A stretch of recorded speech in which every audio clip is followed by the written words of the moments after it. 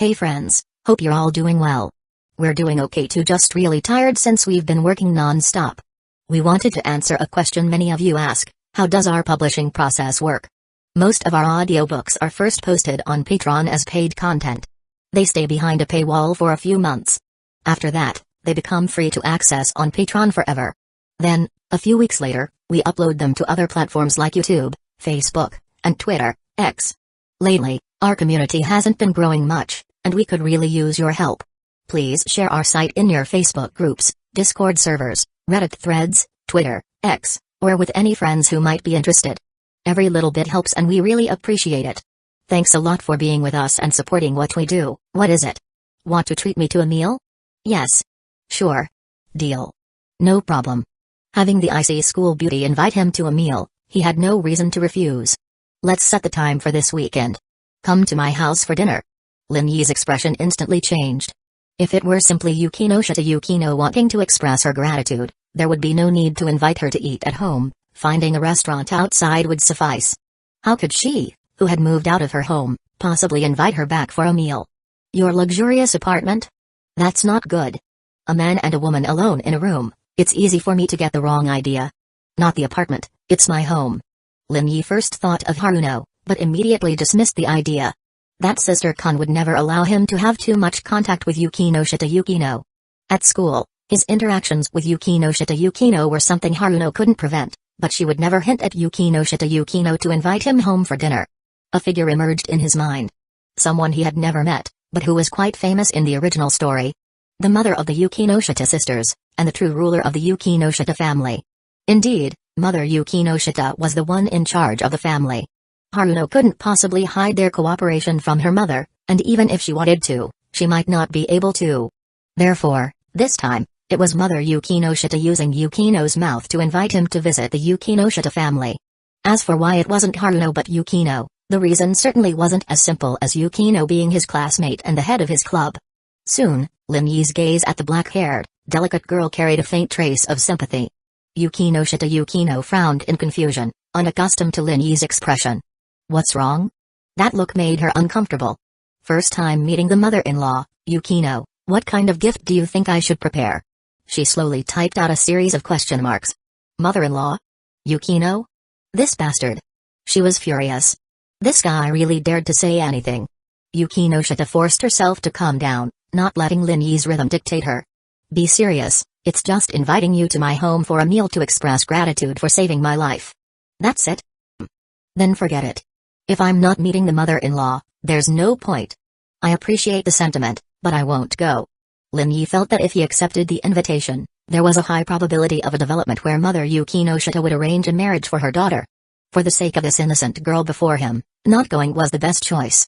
At least he was certain that the girl before him didn't know about the cooperation between her family and him. Yukinoshita pursed her lips, thinking of ways to persuade him. Lin Yi's reason for not going almost blocked all her paths of persuasion, unless she explicitly told him it was to meet the mother-in-law. But how could that be possible? Lin Kun, as the head of the service club. Rejected. I'm issuing a request to you as a member of the service club. Limited ability, can't help. She felt she had no options left. Seeing Yukinoshita fall into silence, Lin Yi sighed inwardly. He was doing this for Yukinoshita's sake. If he really went, Yukino might face a life-altering decision, entering a new life. He didn't want this innocent girl to be tainted by worldly matters. He wished for her to remain as pure as an icy snow lotus until the day she truly matured. That was his current thought. I can make you lunch bento for half a month. You're testing me with this. 1 month. She stared at Lin Yi, promising. Under the premise of having to succeed in the invitation and not disappointing her mother, she could only do her best within her means to persuade Lin Yi.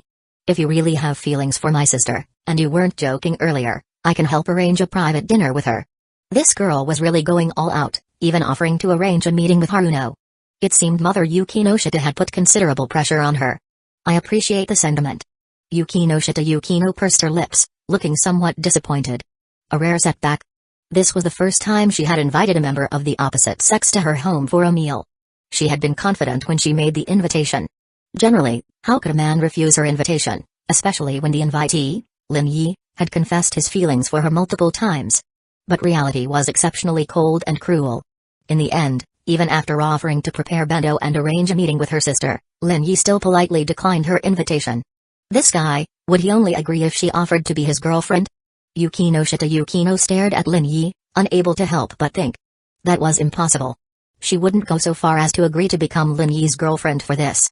The atmosphere grew increasingly tense, silence spreading through every inch of the air, the entire service club room deathly quiet. Lin Yi decided to ask Haruno about the situation later. Although Yukino didn't invite him again, her flickering expression and thoughtful look showed she hadn't given up. This was a girl who wouldn't easily admit defeat. Good qualities often brought troubles at times. Time ticked by, the lunch break passed, and there were only 15 minutes left before afternoon classes. Yukino glanced at Lin Yi from the corner of her eye, reluctantly retracting her gaze and standing up. Her right hand reached out to pick up the utensils on the table, but accidentally, the chopsticks fell to the ground. Clink. The crisp sound broke the prolonged silence in the clubroom. One chopstick rolled to Lin Yi's side. He bent down to pick it up and handed it to the girl, while Yukino also bent down to pick up the other chopstick. Thank you. As she took it, Yukino instinctively stood up and bumped into the table. Ouch! She accidentally tilted sideways, and Lin Yi quickly reached out to steady her. A soft sensation immediately transmitted from his fingertips, continuously stimulating his brain.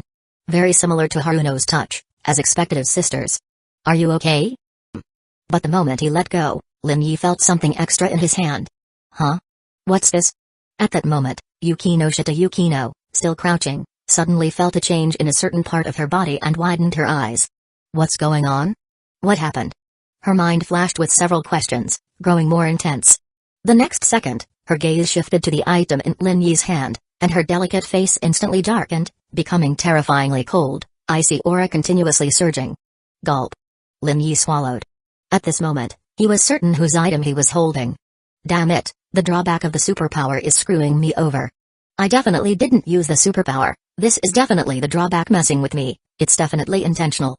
Last time the drawback specifically targeted Yukino, this time it's still Yukino. This is too much, is this cheat targeting Yukino?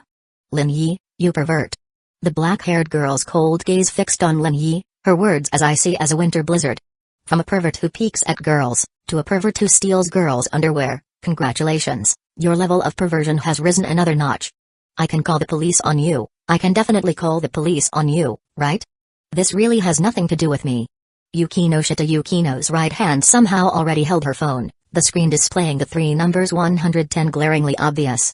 Lin Yi pursed his lips, thinking of a way to resolve the situation. Call the police then. This made Yukino pause. You think I won't dare? I believe you dare, you're Yukino after all, but before the police arrive, I'll definitely spread this in class. Yukino. Despicable, shameless. I'm actually innocent. He really was innocent. Hey. Yukino didn't believe a word. This bizarre incident reminded her of the previous speaking incident. She realized this anomaly was definitely related to Lin Yi. This guy had been playing innocent all along, and she had foolishly believed him. She just wanted to strangle the naive version of herself that had trusted Lin Yi's lies. I really am innocent. Lin Yi smiled bitterly, really, truer than gold, though you definitely don't believe me now. Hey. She scoffed, not believing a word. How did this anomaly happen? What was the trigger? Yukino immediately thought of their physical contact earlier. She reached out and grabbed Lin Yi's wrist, but found nothing unusual in her hand. Was this one way? This made her even more certain of her suspicion. The anomaly on her body was definitely Lin Yi's doing. The next moment, she placed her hand into Lin Yi's hand. The instant they separated, her expression changed again, and she retreated several steps. It was then that she noticed Lin Yi's free left hand now held another object. This really has nothing to do with me. What kind of ridiculous flaw is this? The enemy is ashamed, I go to undress her? Can you be serious for once? I think it's better if you go to the police station. Before the police arrive, I will definitely take all your clothes. Yukino trembled, a hint of fear flashing in her eyes. She absolutely couldn't stop it. Lin Yi's mysterious ability was something she had no way to prevent. She put down her phone. I won't call the police. In fact, she hadn't planned to call the police in the first place. Put that down, go outside. I need to get dressed. Alright, but let me say it again, this really wasn't intentional. Yukino didn't respond. Lin Yi put down the two objects and turned to walk toward the door. Don't peek. Relax, I've already seen everything there is to see. A faint blush appeared on Yukino's fair cheeks. The moment Lin Yi left and closed the door, her face was completely flushed. She was on the verge of breaking down inside. What on earth is going on? Who is this guy? She began to suspect that Lin Yi might be the mysterious player rumored among her classmates online. Compared to the super-powered individuals in sci-fi works, she felt it was more likely that Lin Yi was this so-called mysterious player. While keeping an eye on the door, she quickly changed into her undergarments. 3 minutes later, at Yukino's reminder, Lin Yi walked back in. Sit. Yukino spoke calmly. Lin Yi sat down.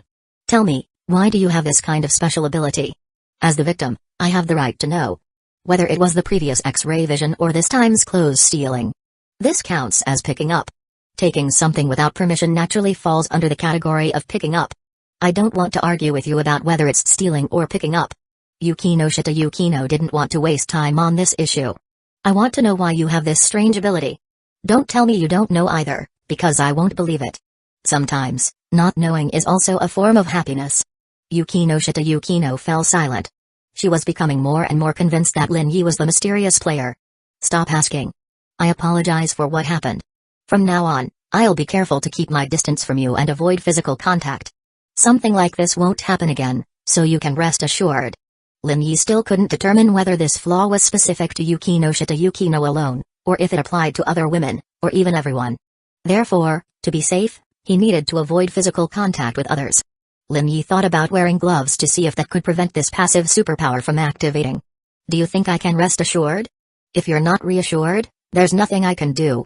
Lin Yi was sticking to his stance of no explanation and letting the girl deal with her own worries. This made Yukino grit her teeth, feeling that Lin Yi was incredibly difficult to deal with. Getting the information she wanted from this man was going to be very, very hard. Why hadn't she realized before that this man was so troublesome and hard to communicate with? She was feeling both annoyed and frustrated. Alright then.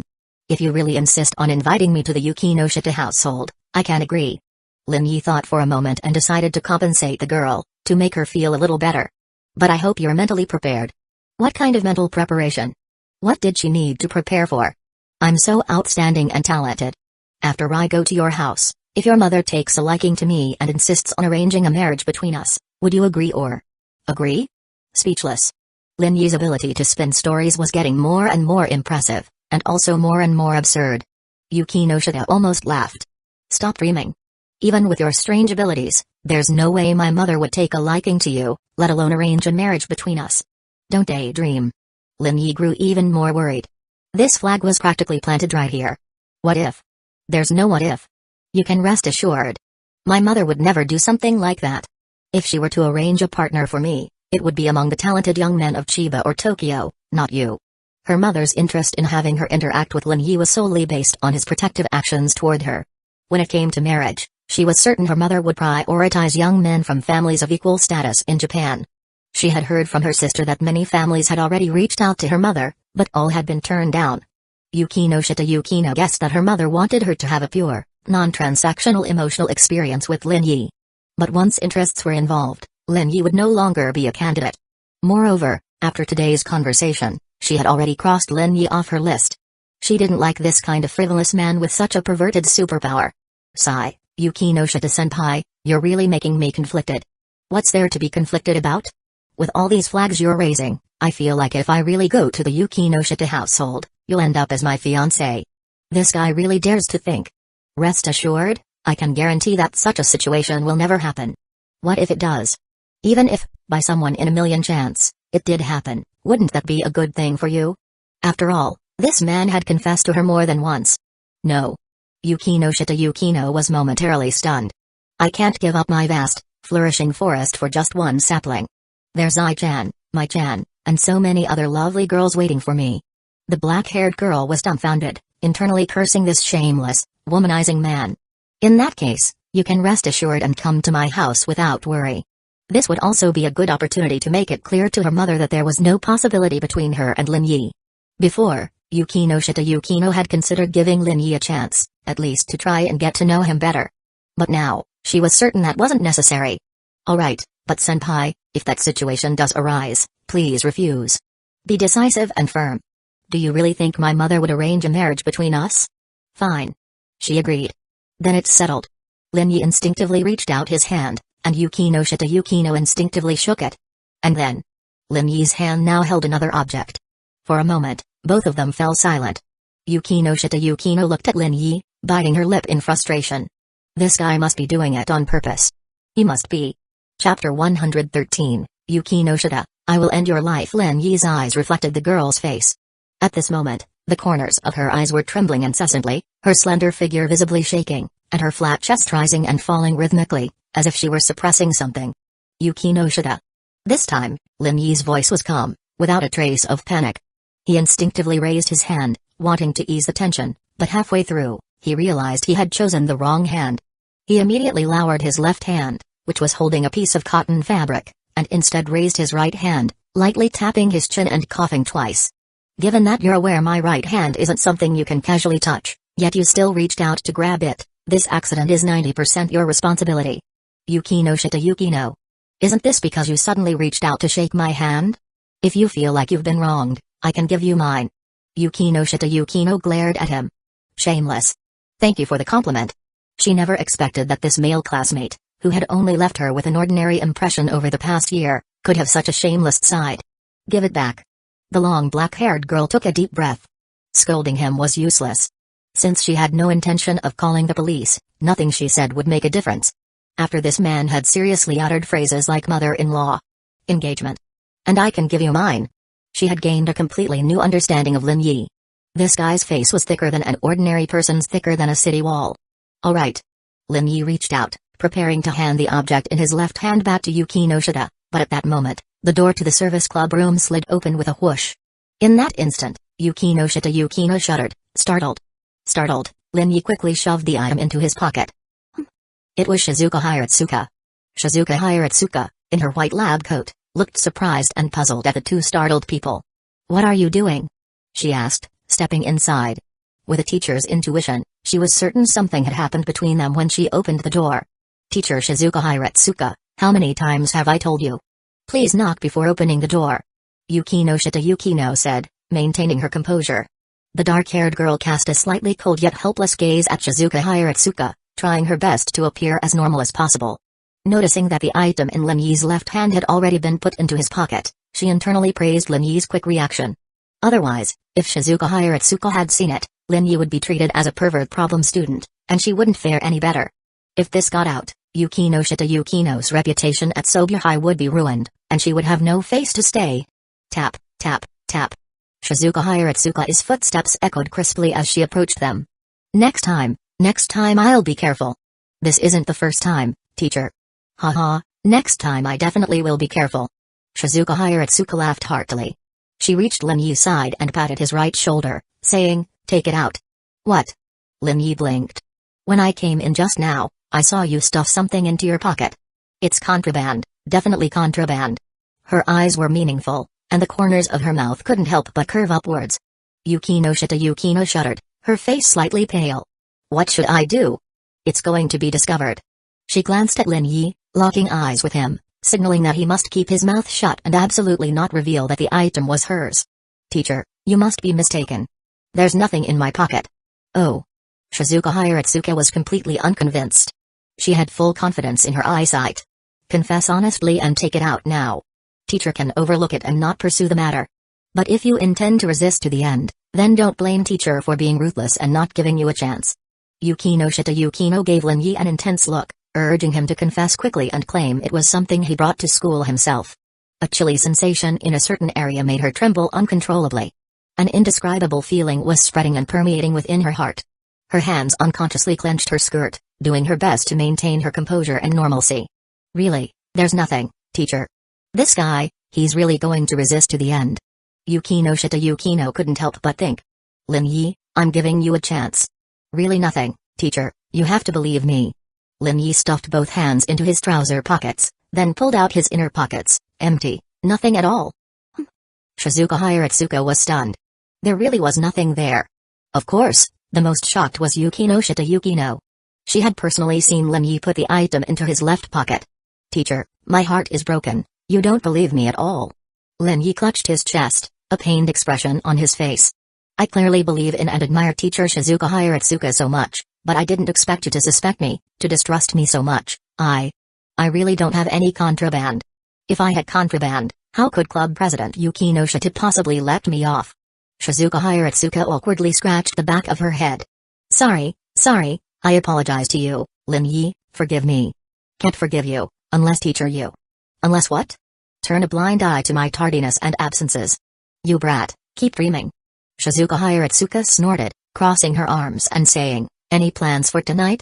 Teacher, no, you're my teacher, we're not suitable, I won't accept your invitation. This kid, his mouth is running wild. Shizuka Hiratsuka cracked her knuckles. Yukino Shita, seeing this, actually revealed a faint smile. At least seeing Shizuka Hiratsuka get the short end of the stick with Lin Yi brought a sense of joy to her heart. Letting Shizuka Hiratsuka experience Lin Yi's trickiness was a good thing. It might just make the overbearing Shizuka Hiratsuka restrain herself, to know that not all students are pushovers for her. I'll treat you to tonkatsu ramen as an apology. Yukino Shita, you come too. Shizuka Hiratsuka also included Yukino Shita to prevent Lin Yi from continuing to refuse. Eating ramen with a girl he liked, it should be something a normal man would be excited about. I refuse. The one who spoke was not Yukino Shita, but Lin Yi. I had tonkatsu ramen last night. Teacher, how about we change it up? Like, maybe Keisuke cuisine, Kobe beef, body sushi, or something. Are you slipping something extra into that suggestion, brat? Shizuka Hiratsuka rolled her eyes at Lin Yi. I'm treating you to yakiniku, and that's all. Fine, I guess. A free dinner, Lin Yi had no reason to miss it. Shizuka Hiratsuka looked at Yukino Shita. Our service club now has 3 members. Uiama-san has already joined us. Come along. I happen to be the advisor of the service club, so consider this meal a welcome dinner from your teacher. Then my compensation can be. Brat, being too greedy will turn girls off, you know. I don't mind, after all, teacher is no longer in the category of girl. Swish. A fist winded past, Lin Yi reacted a step faster and dodged, but the moving air still ruffled his black hair. Shizuka Hiratsuka retracted her fist. Good reflexes, then it settled. She remembered her reason for coming. I heard from your math teacher that you're disrupting Yukino Shita's studies in class. This was also one of the reasons she came to the service club during lunch break, since neither of them were in class 2J. The service club was the first place she thought of. It's club president Yukino Shita who's affecting my studies. Just her sitting there, her figure bathed in the gentle spring sunlight, unconsciously draws my gaze. Yukino Shita Yukino almost exploded in embarrassment, understanding the hidden meaning in Lin Yi's words. It's not like I want to. And ultimately, this situation was Lin Yi's fault. In this moment, she was certain that Lin Yi was the instigator of everything. She glared fiercely at Lin Yi. Shizuka Hiratsuka patted Lin Yi's shoulder. Sigh, teacher understands you, but know your limits. Don't affect other students' studies. Staring at girls is very impolite. Besides, you're in the service club now, you have plenty of time to look. Teacher Hiratsuka, can I apply to have him removed from the club? His presence makes me feel a danger to my chastity. Yukino Shita said, her tone calm yet carrying a hint of coldness. Cough cough cough, Yukino Shita, you haven't even successfully corrected him yet. Dismissing him like this doesn't seem like your style. At least wait until you've successfully corrected him. The girl pursed her lips. In the end, she didn't really intend to make Lin Yi leave the service club, she merely wanted to remind Shizuka Hiratsuka to watch her words and actions. I understand. Haha, class is about to start soon, you should head back to your classes soon too. I'll go ahead. Shizuka Hiratsuka chuckled, heading towards the service club room door. But as she reached the door, Shizuka Hiratsuka suddenly seemed to remember something and turned back to look at them.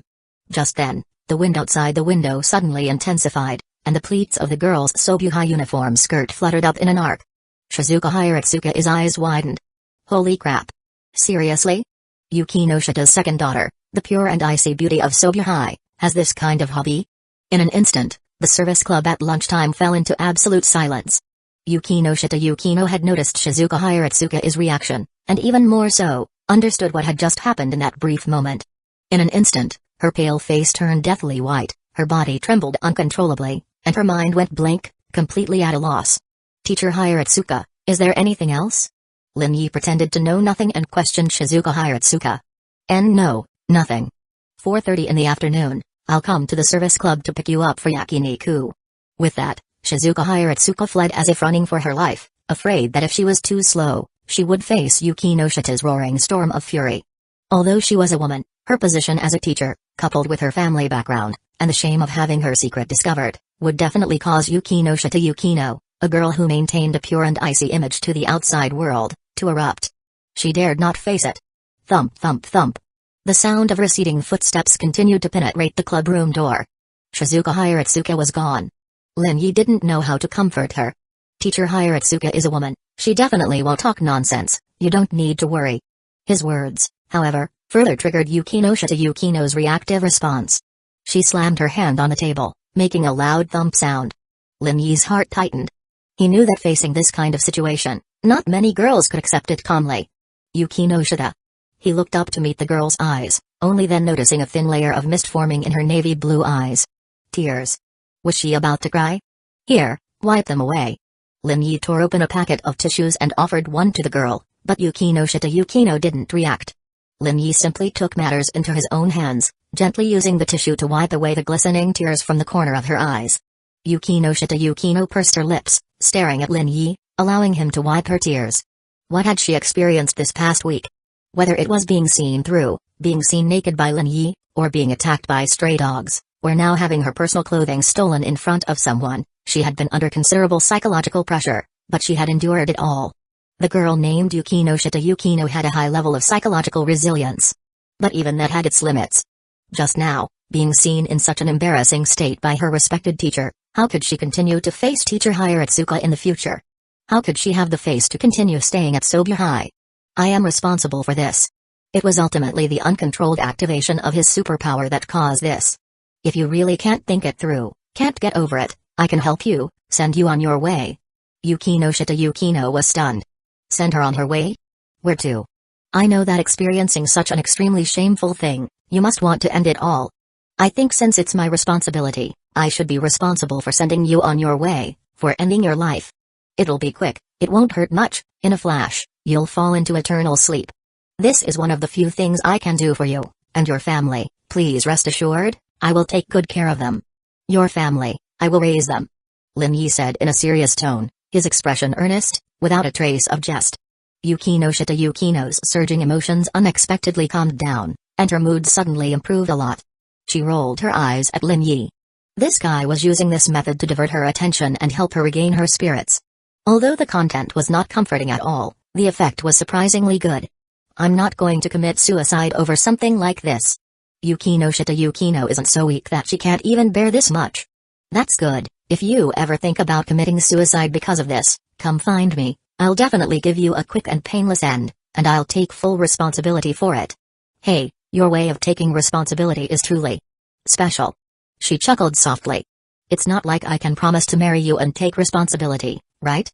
Even if you're willing to marry me to make me responsible, I wouldn't want to. I still have a lush primeval forest waiting for me to develop, how could I?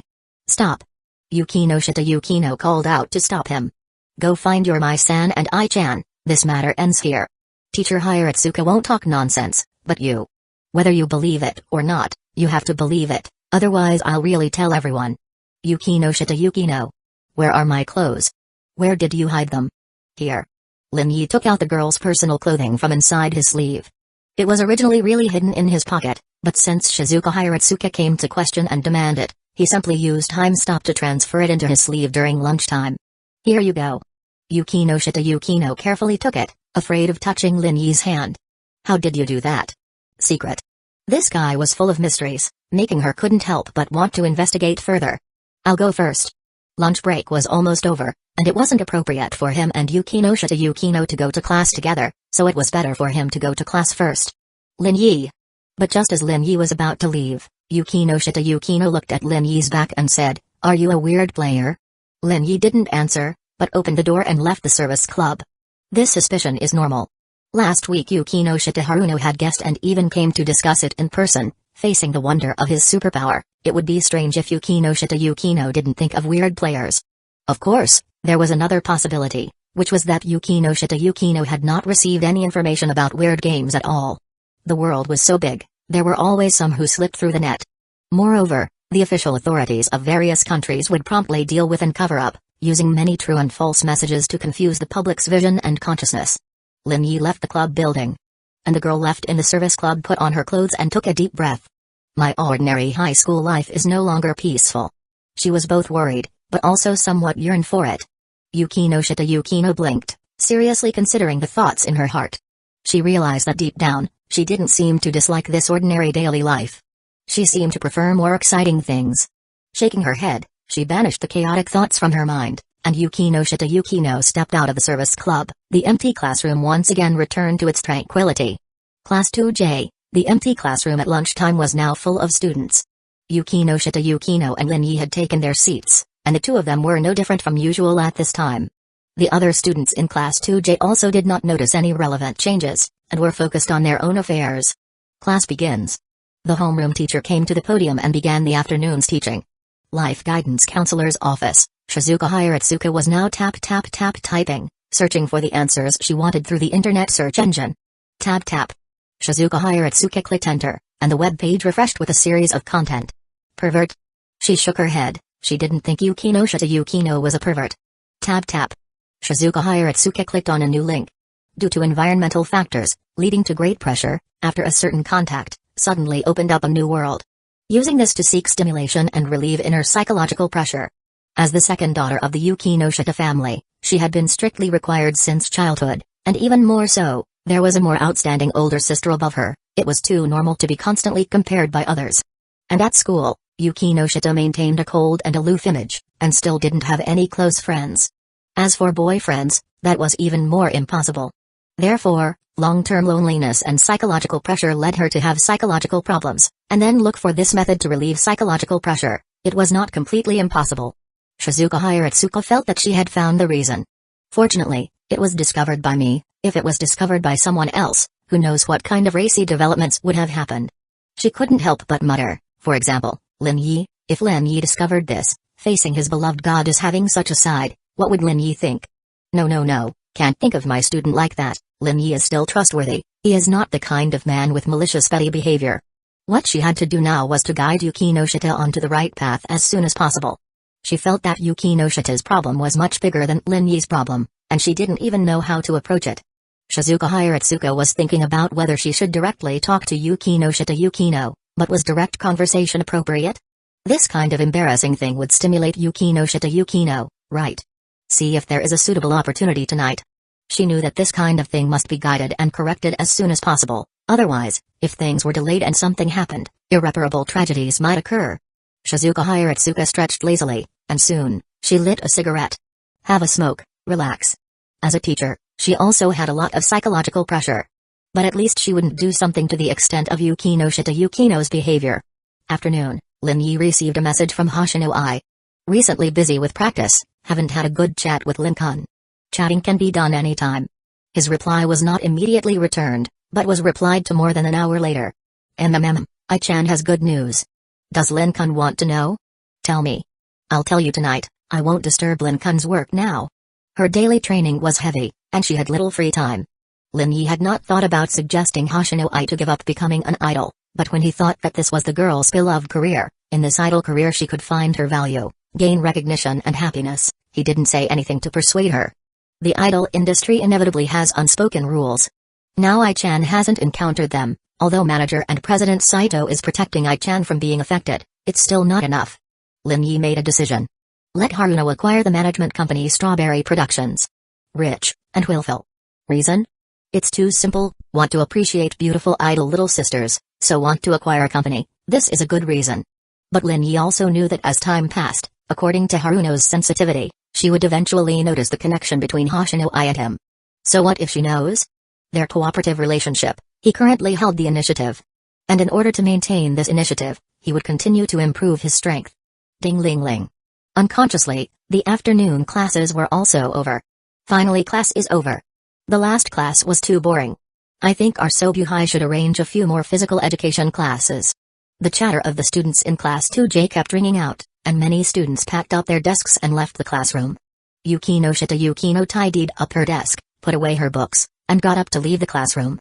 Lin Yi sat for another minute before moving to leave the classroom and head to the service club.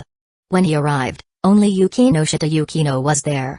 She sat quietly in her chair, her gaze on a book, reading the literary anthology in her hand, no different from usual. It was as if what happened at noon had not had any impact on her. Yeah, hello. In less than half a minute, the pink-haired girl Uiama Yua knocked on the door and burst into the service club. Am I acting weird? Uiama Yua looked at Lin Yi and Yukino Shita somewhat restrainedly, her eyes constantly wandering over the two of them. Your greeting is a bit particularly unrestrained. Haha, isn't it to seem more lively and enthusiastic? Facing Lin Yi's reply, Uiama Yua chuckled. Yukainon, should we make cookies today? Uiama Yua's address for Yukino Shita Yukino had changed. Lin Yi guessed that Uiama Yua's visit last Friday had made their relationship better, and Uiama Yua was the kind of warm and cheerful girl. Yukino Shita Yukino would initially refuse her initiative, but facing Uiama Yua's repeated stubbornness, she could only passively accept it. Sorry, today's service club activity plan has to be adjusted. Did the service club receive a new request? Uiama Yua was instead more interested. No, it's teacher Shizuka Hiratsuka who is treating all the members of our service club to dinner tonight, so today is not suitable for teaching you how to make cookies. Making cookies takes more time, and the time teacher has arranged with us is 4:30. Oh. So that's how it is. Then I'll send a message to mom to tell her I won't be home for dinner tonight. She took out her phone and went to her seat to edit the message and send it. Lin Yi sat in his seat, browsing his phone, but he was thinking about the range of shortcomings of his superpower smooth stealing. He needed to find someone to test it. If Hoshinoi was in Chiba, then Hoshinoi would be the most suitable test subject. Secondly, Fujibayashi Ryo and Ren Nanes were also good candidates for requests. Facing his request, the two girls would not refuse, even if Yukino Shita's situation occurred. The two girls would at most be shy and blush, and would not say much. Finally, there was teacher Takabana Hana. As teacher Takabana Hana, who had also experienced the weird incident together, she could also accept his superpower. Although Lin Yi felt that after Takabana Hana knew about it, she would definitely not be able to avoid a lecture, reminding him not to misuse this superpower on girls. First ask around and see who has time to find. Out of rigorous attitude, he felt it was best to test a few more times. Outside the window, the sun was setting, the sunlight gentle, youthful and beautiful girls were walking on the tree-lined paths of the campus. Lin Yi gazed out, watching this beautiful scenery. And behind him, two girls were sitting side by side, the dumpling girl occasionally looking for topics, and the cold black-haired girl occasionally replying. The communication between the two could be said to be barely smooth. Knock knock knock. Please come in. This time I knocked first.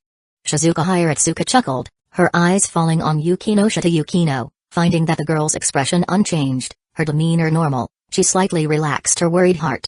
Let's go. But besides you three, there are two more people. Shizuka Hiratsuka said, you should know them, the beautiful new teacher who just joined our Sobyu High. Lin Yi is quite familiar with her. Is it teacher Takabana Hana? Uiama Yua raised her hand. Teacher Takabana Hana is my homeroom teacher. I almost forgot that Uiama's class F is being taught by Hana. Besides her, there's her younger sister. Uiama Yua exclaimed in surprise, could it be Takabana Rua from class E? I should have thought of it sooner. Her words also contained some regret, feeling that she should have linked the transfer student from the next class and the beautiful new teacher together earlier. Under Shizuka Hiratsuka's greeting, the three people in the service club moved and followed her out of the service club, and walked out of the club building. The group of four came to the school gate. Teacher Takabana Hana with chestnut hair saw Shizuka Hiratsuka and the others, and took the initiative to wave and greet them, Senior Hiratsuka, and Lin-san. Her smile was bright, as warm as a spring breeze, and whether it was boys or girls at school, they all had quite a high favorability towards Takabana Hana. And standing beside Takabana Hana was a blue-haired short-haired girl wearing a Sobu High School uniform. Her expression was calm, her eyes without a trace of fluctuation, seeming to be a little cold. But Lin Yi knew that according to the original work, this girl named Takabana Rui was only not good at talking, and even a little bit dull and clumsy.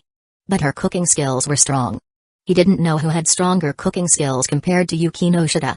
Takabana Hana had already finished greeting, and began to introduce her younger sister Takabana Rui. She pulled her younger sister over and said, this is my younger sister Takabana Rui, currently in class C of the second year. Hello everyone, I am Takabana Rui. The blue-haired girl said simply to everyone in a calm tone. Rui, be more enthusiastic. Takabana Hana was also a little helpless with her younger sister. Such a personality easily made people think that her younger sister was difficult to get along with, but as her older sister, she knew that her younger sister was just not good at talking, and if you were familiar with her, she was a girl who was very willing to talk. Takabana Rui nodded again and said hello. Yukino Shita, Uiama Yu and Lin Yi also introduced themselves. Takabana Rui's gaze lingered on Lin Yi for a few more seconds. She clearly remembered her older sister's instructions to her: don't fall in love with the boy in front of you, and if you do fall in love, you absolutely can't take the initiative. During this period of time, she occasionally saw Lin Yi between classes, and in terms of her aesthetics, Lin Yi was not handsome enough to make girls take the initiative, and she also carefully inquired about Lin Yi, knowing that he came from Xia country next door and was an international student, but his grades were average. He liked Yukino Shita Yukino in his class, and confessed many times, but was rejected. Hello, Takabana-san. Compared to the male Lin Yi and the cold Yukino Shita Yukino, Uiama Yui was much more enthusiastic. She took the initiative to start asking questions, and learned about Takabana Rui's life and study status at Sobya High. Takabana Rui was quite unaccustomed to it, but Takabana Hana felt that she had made the right choice to accept Shizuka Hiratsuka's invitation. The only thing to pay attention to was not to let her younger sister fall in love with Lin Yi. She could fall in love, but she absolutely could not take the initiative. Takabana Hana decided to find a time later to privately ask Lin Yi about his feelings for her younger sister, whether he regretted being so stubborn in front of her at that time. If he hadn't been so stubborn then, she would have introduced her younger sister to him earlier. Thinking of Lin Yi's possible regretful emotions, a sense of unspeakable pleasure rose in Takabana Hana's heart. Rumble, rumble, rumble. Shizuka Hiratsuka drove her car over from the parking space outside the school gate. The car stopped steadily beside everyone. Get in. Under Shizuka Hiratsuka's greeting, the group of 5 got into the car one after another. Because it was a commercial vehicle, the 5 of them could fit in and still feel spacious. Lin Yi thought that he should also get a car. He had a driver's license in his previous life. The driving direction in Japan and Xia country was different, but the other aspects were the same. Driving was not a big problem. But when he thought that he was still a minor international student, he immediately felt that getting a driver's license was not realistic. So, Lin Yi thought about it and found a way. Don't get a driver's license, if necessary, just drive directly. If you get caught, ask Haruno to help solve it. This relationship with Yukino Shita can be used like this. Half an hour later, the commercial vehicle drove into the parking space. The car door opened, and several people got out of the car one after another. Shizuka Hiratsuka had made a reservation early, and under the guidance of the waiter, the 6 people entered a delicately decorated private room. A faint aroma of grilled meat and the pleasant smell of spices permeated the air.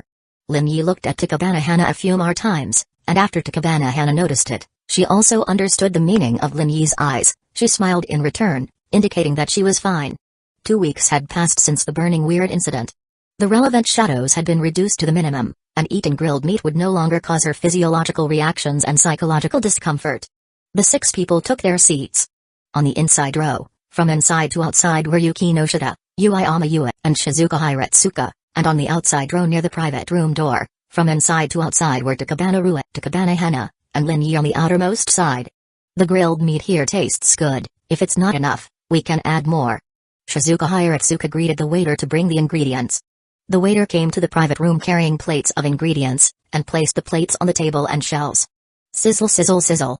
Pieces of marinated meat were placed on the grill, oil stains oozing out, the aroma of spices permeated, and the fragrance was overflowing, tempting the appetite. Mouth-watering. Uiama Yu is mouth-watered just looking at it. As an ordinary high school JK, her pocket money was limited, and she had really not eaten grilled meat outside a few times. Especially eating with classmates, that was even her first time in her life. Uiama Yui glanced at Yukino Shita Yukino beside her, and a sense of joy couldn't help but overflow in her heart. Being able to eat grilled meat with classmate Yukino Shita Yukino was really great. In the future, there might not be another chance like this. Shizuka Hiratsuka continued to grill using the back of the tongs. Finally, the meat was cooked. Alright, let's eat. Shizuka Hiratsuka used tongs to pick up the grilled beef and distributed it into everyone's bowls. This grilled meat dinner is also a welcome banquet to celebrate Hana joining our school and becoming my colleague, ha ha ha. Thank you for your treat, Senior Hiratsuka. Hana said with a smile to express her gratitude. Being able to meet Senior Hiratsuka, a warm and friendly senior, at Sobya High, she felt that this was a great blessing for her to came to Sobya High, and besides Shizuka Hiratsuka, the thing she was most grateful for was meeting Lin Yi, this student. Come to my house next time as guests. Rua's cooking skills are very high, and the food is delicious. When the time comes, everyone can come to my house as guests and let Rua prepare dinner properly. Ha ha ha, then I'll look forward to it. Shizuka Hiratsuka smiled. And at this time, Lin Yi interjected, Teacher, this dinner of yours is serving multiple purposes, it's holding several themes. He said unceremoniously to Shizuka Hiratsuka across from him. Ha ha ha, don't mind it, it's a small problem, you brat, Just eat more, if you want to bleed me dry. The opportunity is now, don't blame me if you don't seize it. Please rest assured, I will definitely eat you poor, teacher. Go ahead, you're not enough to eat me poor. After saying that, Shizuka Hiratsuka picked up her chopsticks and started eating. The rest of the girls also started eating one after another. Lin Yi scanned around, and finally his eyes fell on Yuki Noshita. The girl sitting on the innermost side opposite him was eating grilled meat elegantly, chewing in small bites, showing the good upbringing of a young lady. She seemed to notice Lin Yi's gaze. Their eyes met for a while before she looked away, and refocused on the dinner in front of her. Lin Yi was far away from her. She didn't need to worry about accidents happening. If that accident happened during the meal, she wondered if it would be better for her to kill Lin Yi first and then commit suicide.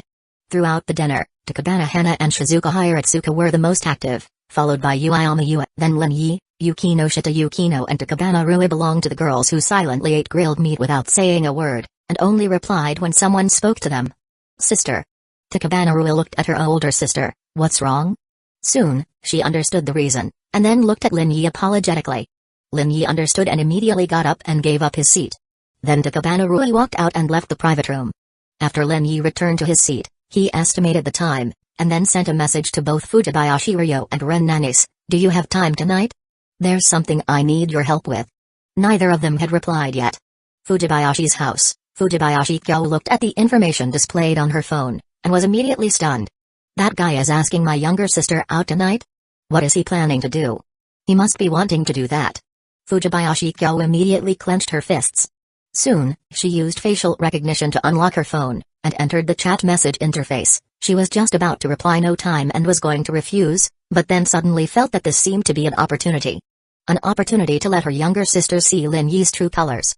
Very good, you offered the opportunity yourself, I can't miss it. She soon had an idea, and immediately wrote a reply message, and arranged the meeting time and place with Lin Yi. Not far from here, but Fujibayashi Kyo remembered that there was a love hotel nearby. Damn it. That bastard man really wants to make a move on Ryo. I must let Ryo know your true colors, Ryo, I will protect you. She finally deleted the message. Next was to wait for the time to come. 5 minutes later, the girl Takabana Rui returned and opened the private room door. Lin Yi got up again to give way. Takabana Rui closed the private room door and turned around, but saw Lin Yi close at hand. She subconsciously jumped in fright, and her body suddenly lost balance. Careful. Lin Yi saw that the girl had lost her balance, and immediately reached out, quickly taking a step forward to support the girl. Thank you. But, Takabana Rui suddenly noticed something was wrong. Something on her body was missing. What was going on? Then, she found that item in Lin Yi's hand. Takabana Rui was completely dumbfounded. Lin Yi was stunned. This time the shortcoming of his superpower was not targeting Yuki Noshita Yukino alone. But could it be that it works on any woman? What to do? The two pairs of eyes met. Takabana Rui's subconscious scream was forcefully suppressed by her. She knew that once she screamed here, this matter would be exposed. How could such an embarrassing thing be known by her older sister, not to mention there were other people present? Rui, what's wrong? Takabana Hana looked at her younger sister. Nothing. Takabana Rui steadied herself and stepped back to her seat, but all the way she felt very uncomfortable. An inexplicable sense of shame kept surfacing. She endured it, and fortunately, she was usually expressionless, so it was easy to maintain it. Lin Yi also returned to his seat. In less than a second, he noticed Yuki Noshita Yukino's scrutinizing gaze. As someone who had experienced it, she suspected the abnormality of the two. This guy must have picked up that blue-haired girl's personal clothing again. This guy must be doing it on purpose. Stealing a girl's personal underwear in this kind of occasion is just to appreciate the girl's tension and shame in an unprepared state. Although, deep down, Yuki Noshita Yukino felt that the possibility of this not being controlled by Lin Yi's consciousness was also quite high. Takabana Hana always felt that something was wrong with her younger sister after she returned to her seat. Could it be that just now when Lin Yi supported her younger sister, he took advantage of her in passing? This was entirely possible. Takabana Hana clearly remembered that Lin Yi dared to attack her in front of Senior Hiratsuka. Damn it, Lin Yi was good in every way, brave, daring, willing to stand up to protect girls, but the only bad thing was that he would take advantage of girls. This must be changed. Otherwise, it was entirely possible that he would be sent to the police station at any time. Thinking of this, Takabana Hana, while everyone was eating grilled meat, looked at Lin Yi. Their eyes met. She gestured reproachfully, and then put her right hand on Lin Yi's thigh. Her thumb and forefinger began to slowly apply force. This was her punishment for Lin Yi. daring to bully her younger sister. This was her punishment. Cough cough cough. Shizuka Hiratsuka suddenly coughed, which immediately panicked Takabana Hana, and her chopsticks accidentally fell. Sorry. Takabana Hana turned sideways, supporting herself with one hand, wanting to pick up the chopsticks, but because of the bad position, she couldn't pick them up. Lin Yi reached out. Here. Okay. But in the next second, Takabana Hana felt something was wrong, a chilly sensation. She looked blankly at the thing that had appeared in Lin Yi's hand, her eyes slowly widening. This. What's going on? Why would something worn on her body suddenly appear in Lin Yi's hand? Chapter 114, The Cursed Hand. Kyawa Fujibayashi disguises herself to keep the appointment. Elder sister is allowed, younger sister is not. Yukino Shita Yukino is allowed. What common ground exists between Hina and Yukino Shita Yukino? Lin Yi quickly glanced at Yukino Shita Yukino and Hina. Aside from confirming that both were popular beauties, there was no other commonality between them. Their figures were not even remotely similar. There was no reason why Yukino Shita could, but Takabana Hina could not. It couldn't possibly be because Takabana Rui wasn't wearing anything, could it? This made him take another look at Takabana Rui, but he couldn't see any evidence that she wasn't wearing anything underneath. If she really wasn't wearing anything, then Takabana Rui had a bit of a problem. But recalling the behavior of this heroine in the original story, it seemed there might indeed be a slight issue. Lin Yi soon stopped thinking about Takabana Rui and continued to analyze the common points between Yukino Shita and Takabana Hina. Is it that? Suddenly, Lin Yi thought of a possibility, and it was a highly probable one. He had saved Takabana Hina, and he had also saved Yukino Shita Yukino. Could the drawback be automatically picking up the intimate clothing of girls I have saved upon touching them? Further associating, could it be automatically picking up intimate clothing upon touching girls who have a favorable impression of me? If that were the case, then both Yukino Shita and Takabana Hina must have a very high favorability towards him. They are on the same level. Takabana Hina is easy to understand, he had protected her all the way, allowing her to survive the dangerous burning anomaly. But Yukino Shita is a bit more problematic. He had saved Yukino Shita Yukino, but the drawbacks of X-ray vision and pickpocketing had been tormenting the girl, giving her quite a psychological shadow, even making her cry. Remember, this was the outwardly cold, inwardly strong Yukino Shita Yukino, and he had made her cry. Shouldn't her favorability towards him have plummeted dramatically? It didn't drop, which is unreasonable. Could it be that her favorability was so high that even after dropping by half, it was still high? This is even more impossible, right? While Lin Yi was tangled in his chaotic thoughts, Takabana Hina's mind was also exploding with confusion, completely unsure of how to handle the situation. The amount of information was too overwhelming, so much so that her brain directly shut down. Just by touching Lin Yi's hand, her own clothes ended up in his hands. What kind of situation is this? Takabana Hina's heartbeat involuntarily accelerated, and her remaining rationality suppressed the scream rising in her throat.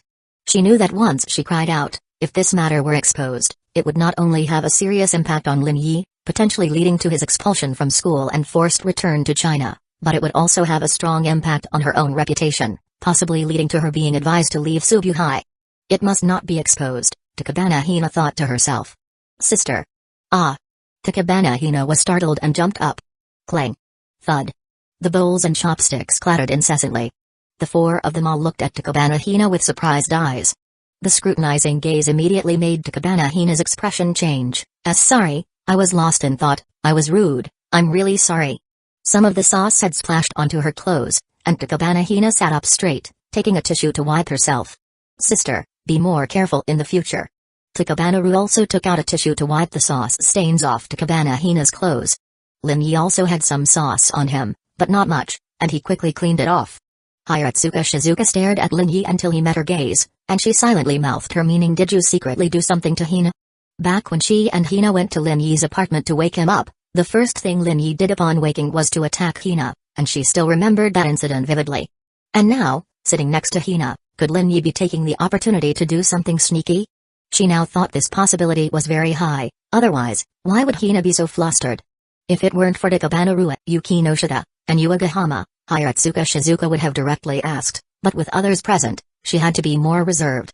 Lin Yi tilted his head and gave Hiratsuka Shizuka a puzzled look, which made Hiratsuka Shizuka think that maybe she was overthinking it. Maybe it was just a simple accident. Uegahama Yua didn't think much of it, just looking worriedly at the beautiful English teacher, Takabana Hina. Only Yukino Shita Yukino was slightly contemplative, her navy blue eyes staring at Lin Yi for a while, Lin Yi inadvertently looked over, met the girl's gaze, and then unconsciously looked away. He knew Yukino Shita must be guessing what had just happened.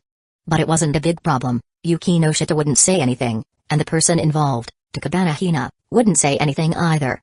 Once this barbecue meal was over and everyone went home, this matter would temporarily pass.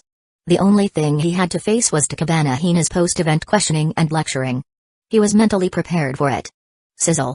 New slices of meat were placed on the grill again, the charcoal burning, the oil bubbling, and the aroma of the meat once again dispelled the unpleasant atmosphere created by the earlier commotion. Hina, eat more, you must have eaten too little, that's why you're so jumpy. Hiratsuka Shizuka used the tongs to pick up several pieces of barbecue for Takabana Hina. Takabana Hina smiled wryly, Hiratsuka-senpai, I'm already full, I can't eat anymore.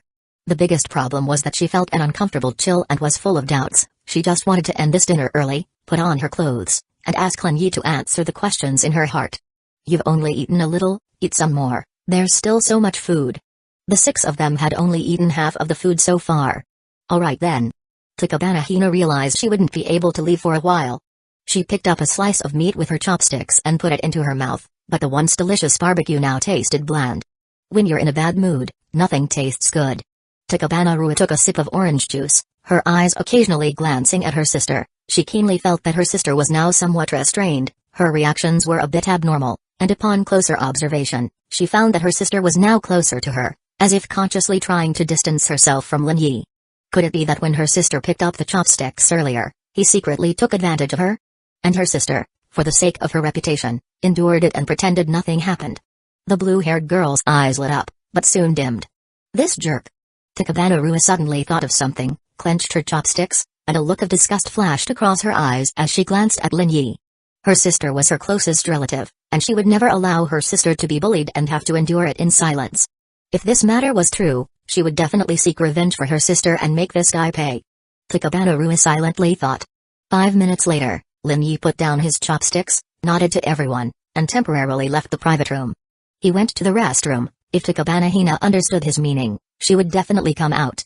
Half a minute later, Lin Yi saw Takabana Hina arriving. Teacher, I'll explain it to you later, I didn't mean to, the thing is in your pocket, go change into it.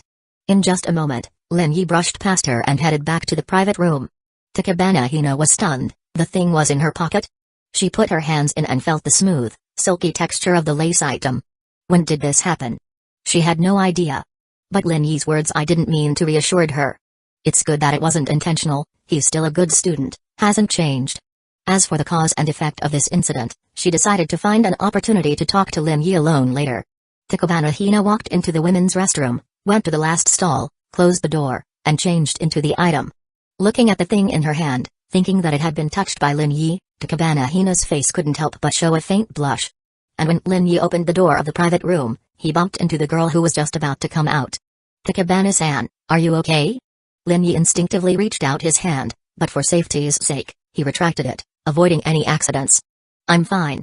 Takabana Rua shook her head, please move aside, I want to wash my hands. Okay. Lin Yi stepped aside, Takabana Rua walked past, and the two brushed past each other. Everything seemed normal. Except for Uegahama Ue, Hiratsuka Shizuka and Yukino Shita. Yukino's gazes at Lin Yi carried an additional scrutinizing tone. Lin Yi ignored it, pretending he knew nothing and continued eating the barbecue. A minute later, the two sisters returned. Among the 6, it seemed that except for Uegahama Ue, the other 5 had an additional matter on their minds. The carefree Uegahama Ue didn't notice the change in atmosphere at all, focusing on eating the barbecue and enjoying the delicious food. When the last piece of barbecue was finished, Uegahama Ue leaned back, feeling the bloated discomfort from overeating, and couldn't help but take a deep breath to relieve the physical discomfort. Gulp gulp. She finally took a sip of orange juice to aid digestion. It's about time, I'll take you guys back. Teacher, I won't go back with you, I plan to look around nearby and buy something before heading back.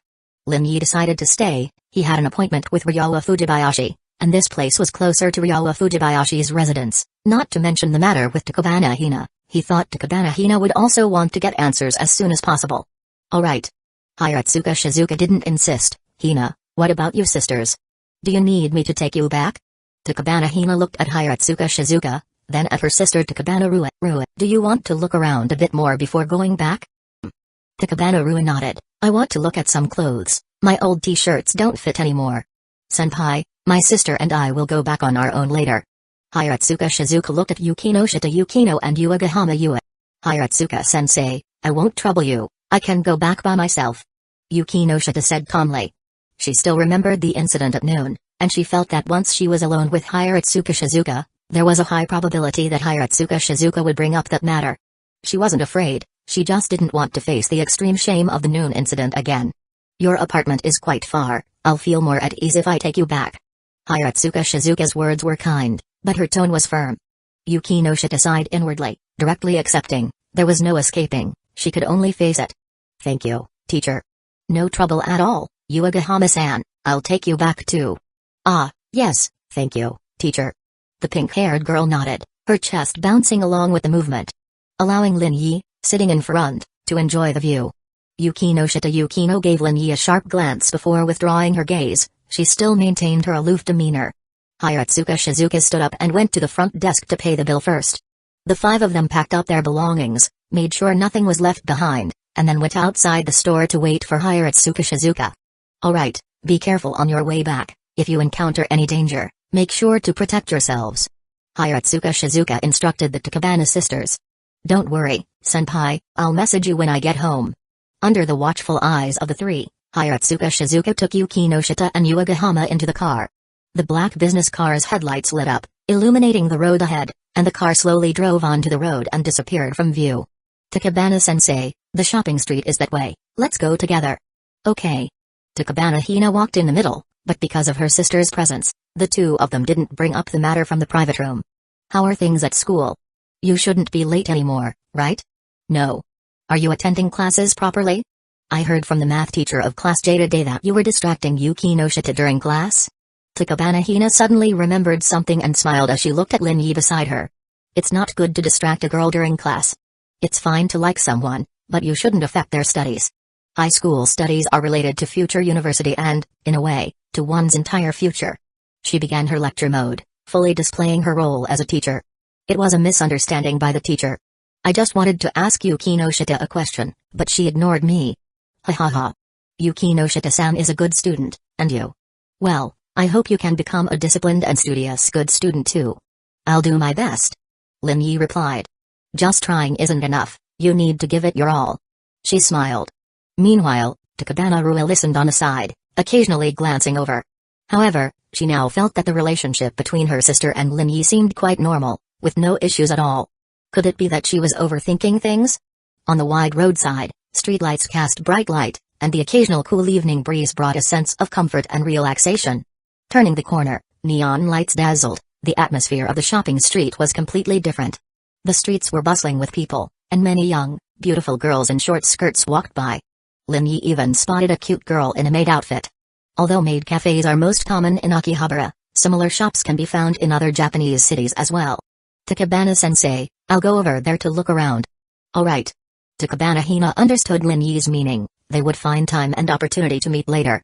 With her sister Rua by her side, she couldn't just leave her sister to talk to Lin Yi alone. Sister, let's go over there. Rua spotted a clothing store in the distance and pulled her sister's hand towards it. Looking at clothes was just an excuse, what she needed to do was create an opportunity for her sister to leave her side. 10 minutes later, Takabana Rua suddenly clutched her stomach, her face pale, and her voice trembling slightly. Sister, sorry, my stomach feels a bit uncomfortable. I need to go to the restroom. You. Go ahead and look around. Help me check out some t-shirts, just not too bright in color. If there's nothing suitable, it's fine. I understand, Rua. If it really hurts, I'll take you to the hospital. It doesn't hurt, just uncomfortable. Maybe I ate too much tonight. She slightly bent over and walked step by step down the corridor, finally disappearing around the corner from Takabana Hina's view. Takabana Hina felt lucky and immediately contacted Lin Yi to arrange a meeting spot. Then, she turned around, confirmed the direction, and walked over. About 20 meters away, Takabana Rua followed carefully. If sister isn't meeting him, then it's all just my imagination, I overthought it. But if the person her sister went out of her way to meet was Lin Yi, then her guess was almost certainly correct. Sister. Takabana Rua pursed her lips. When she saw the figure in the distance, her heart sank. She was afraid she was right. Lin Yi received Takabana Hina's message and hurried to the agreed meeting spot. Seeing Takabana Hina's serious expression, Lin Yi knew that if he didn't give a reasonable explanation, this gentle teacher would sternly criticize and hold him accountable. Takabana-sensei, this isn't a good place to talk. Let's go somewhere quieter. Takabana Hina looked at the occasional passers-by and nodded in agreement. The two walked side by side down the street, occasionally drawing curious glances from people passing by. As a beautiful woman, Takabana Hina naturally attracted the attention of men around her. Let's go there. Takabana Hina suddenly pointed at something. It was a pedestrian bridge connecting both sides of the road. There were no pedestrians at the moment, and even if someone did pass by, the two could notice and stop sensitive topics in time. All right. They reached the bridge, and Lin Yi leaned back, looking at the beautiful teacher beside him. Now, can you tell me what happened? Why? Why did that happen? Thinking about how her intimate clothing had suddenly appeared in Lin Yi's hand, she felt more shame than shock. How could such a thing end up in a man's hand? Even if it were her husband or boyfriend, she felt she couldn't accept it, let alone Lin Yi, a younger guy. Lin Yi extended his right hand. It's cursed. Hina was stunned. What the hell? What curse? Don't joke around. It's true, my hand is cursed. The drawback could also be called a curse, and Lin Yi felt there was no problem with that. Teacher, do you remember the dangerous incident we encountered half a month ago? Yes. That incident was something she could never forget, a deeply ingrained memory of her life. Have you heard of the occult game? Takabana Hina thought for a moment. It sounded familiar, and soon, related information came to mind. She hesitantly said, isn't that fake? There are too many true and false messages on the internet. When she encountered that anomaly, Takabana Hina also thought about it, but as time passed and life returned to normal without encountering anything strange again, she put the related thoughts aside and didn't pursue it further. Fake? Huh?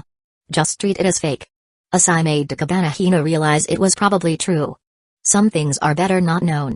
What you need to know is that I gained some special abilities because of it, and one of the side effects is this. He clenched his hand. When I touch some girls, their clothes are automatically taken. I just didn't expect you to be within that range. Takabana Hina fell silent. It sounded like a fairy tale, hard to believe, but Lin Yi's serious reaction made her want to try to believe. What ability? How to describe it? I call it pickpocketing. It's probably the ability to randomly obtain items from the person I touch. I haven't actively experimented with it, so I can't fully confirm the situation. But compared to X-ray vision, this superpower was more acceptable. If he told Takabana Hina he could see through things, this female teacher would definitely cross her arms to cover herself. Takabana Hina understood. She wanted to say try it to Lin Yi, but the thought of her intimate clothing possibly being taken by Lin Yi made her dismiss the idea. Although there was no one around, what if someone suddenly came? Lin-kun, are you serious? Can I trust you? But she still asked for confirmation. Takabana Hina stared at Lin Yi, waiting for an answer. Please believe me. Alright, I believe you. She decided to trust Lin Yi. And Lin Yi thought about explaining this drawback. My current situation, you can think of it as me going berserk from practicing a skill. The ability sometimes goes out of control, or you can think of it as a curse. When I gained this ability, I also had to face the troubles it brought. Lin Yi's heavy tone soon turned light. Teacher, you don't need to worry. This situation has nothing to do with you, so don't feel any psychological burden. But this only increased Takabana Hina's guilt. She felt it must be because of her that Lin Yi was facing this trouble. Going berserk, cursed, both sounded like serious problems. How to solve it? With more practice, it should get better over time. I'll help you, let's go somewhere else. Takabana Hina's eyes were serious. This isn't appropriate. What's inappropriate? If you want to control your ability, you need more practice. You need a practice partner, and no one is more suitable than me. I'm willing to help. She was serious. Or do you want to use this ability on Yukino Shita-san? Takabana Hina suddenly thought of someone. Putting herself in Lin Yi's shoes, if she had gained this special ability, she would indeed want to use on the girl she liked. No. He had already accidentally used it on her, and that woman was definitely guarding against him like a wolf. Getting Yukino's agreement to help him practice was completely impossible. Then how do you plan to solve it? I'll find other girls to help. I'll ask for their consent, so please rest assured, teacher. Takabana Hina was silent for a while. Pursue my sister Rue. Get her to agree to be your girlfriend, then you can ask her to help you practice and control your ability. She thought of a solution.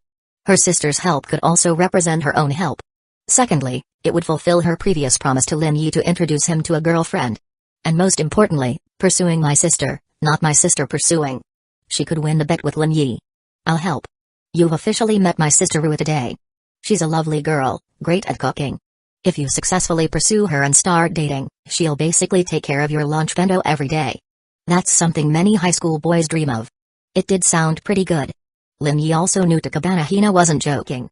But starting tomorrow, Yukino Shita Yukino would be preparing his bento. Of course, I also know Rua has some gaps compared to Yukino Shita-san, but how should I put it?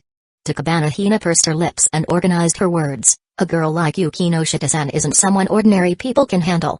She hoped Lin Yi could face reality a bit, although she knew making a passionate young man face social reality was quite cruel. In the past, she would have chosen to encourage him. Failure wasn't a big deal, it could be a small lesson and experience during his youthful years. In the future, Lin Yi might even look back and smile. But given the current situation, Takabana Hina felt that persuading Lin Yi to face reality was a better choice.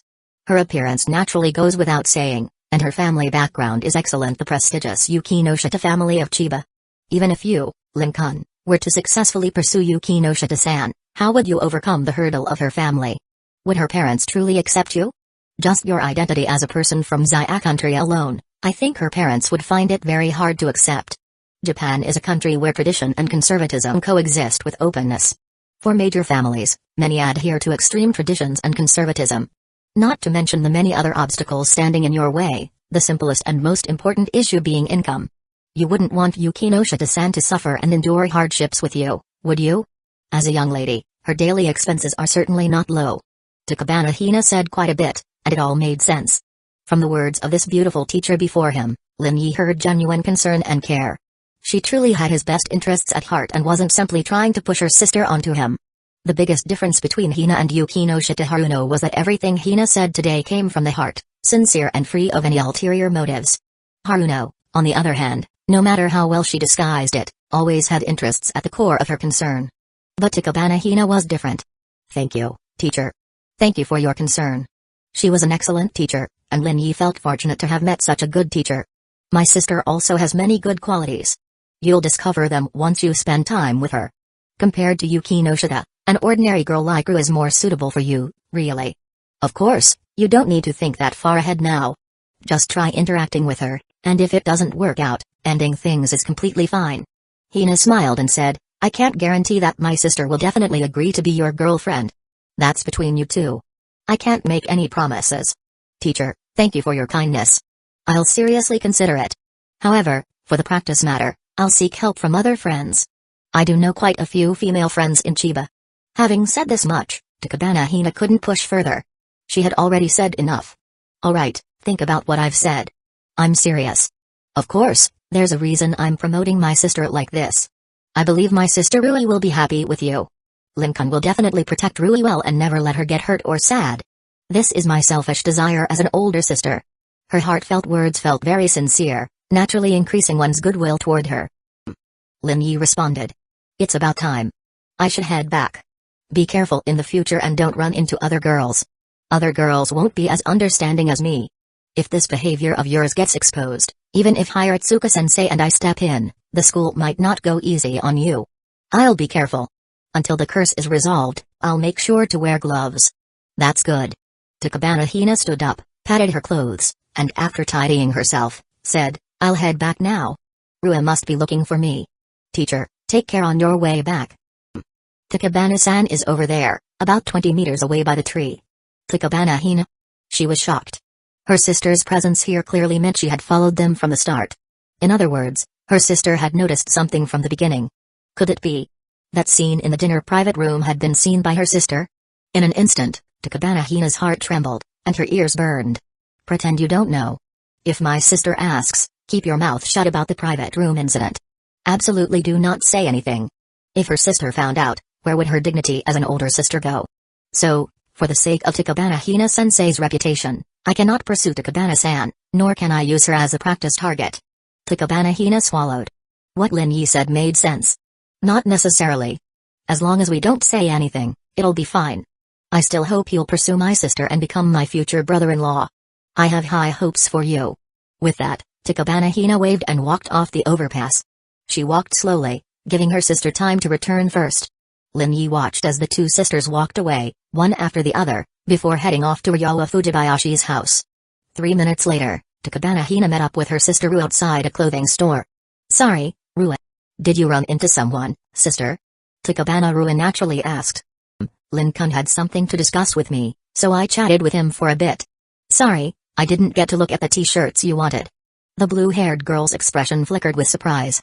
She hadn't expected her sister to outright say she had met with Lin Yi. What did he want to talk about? It's a secret.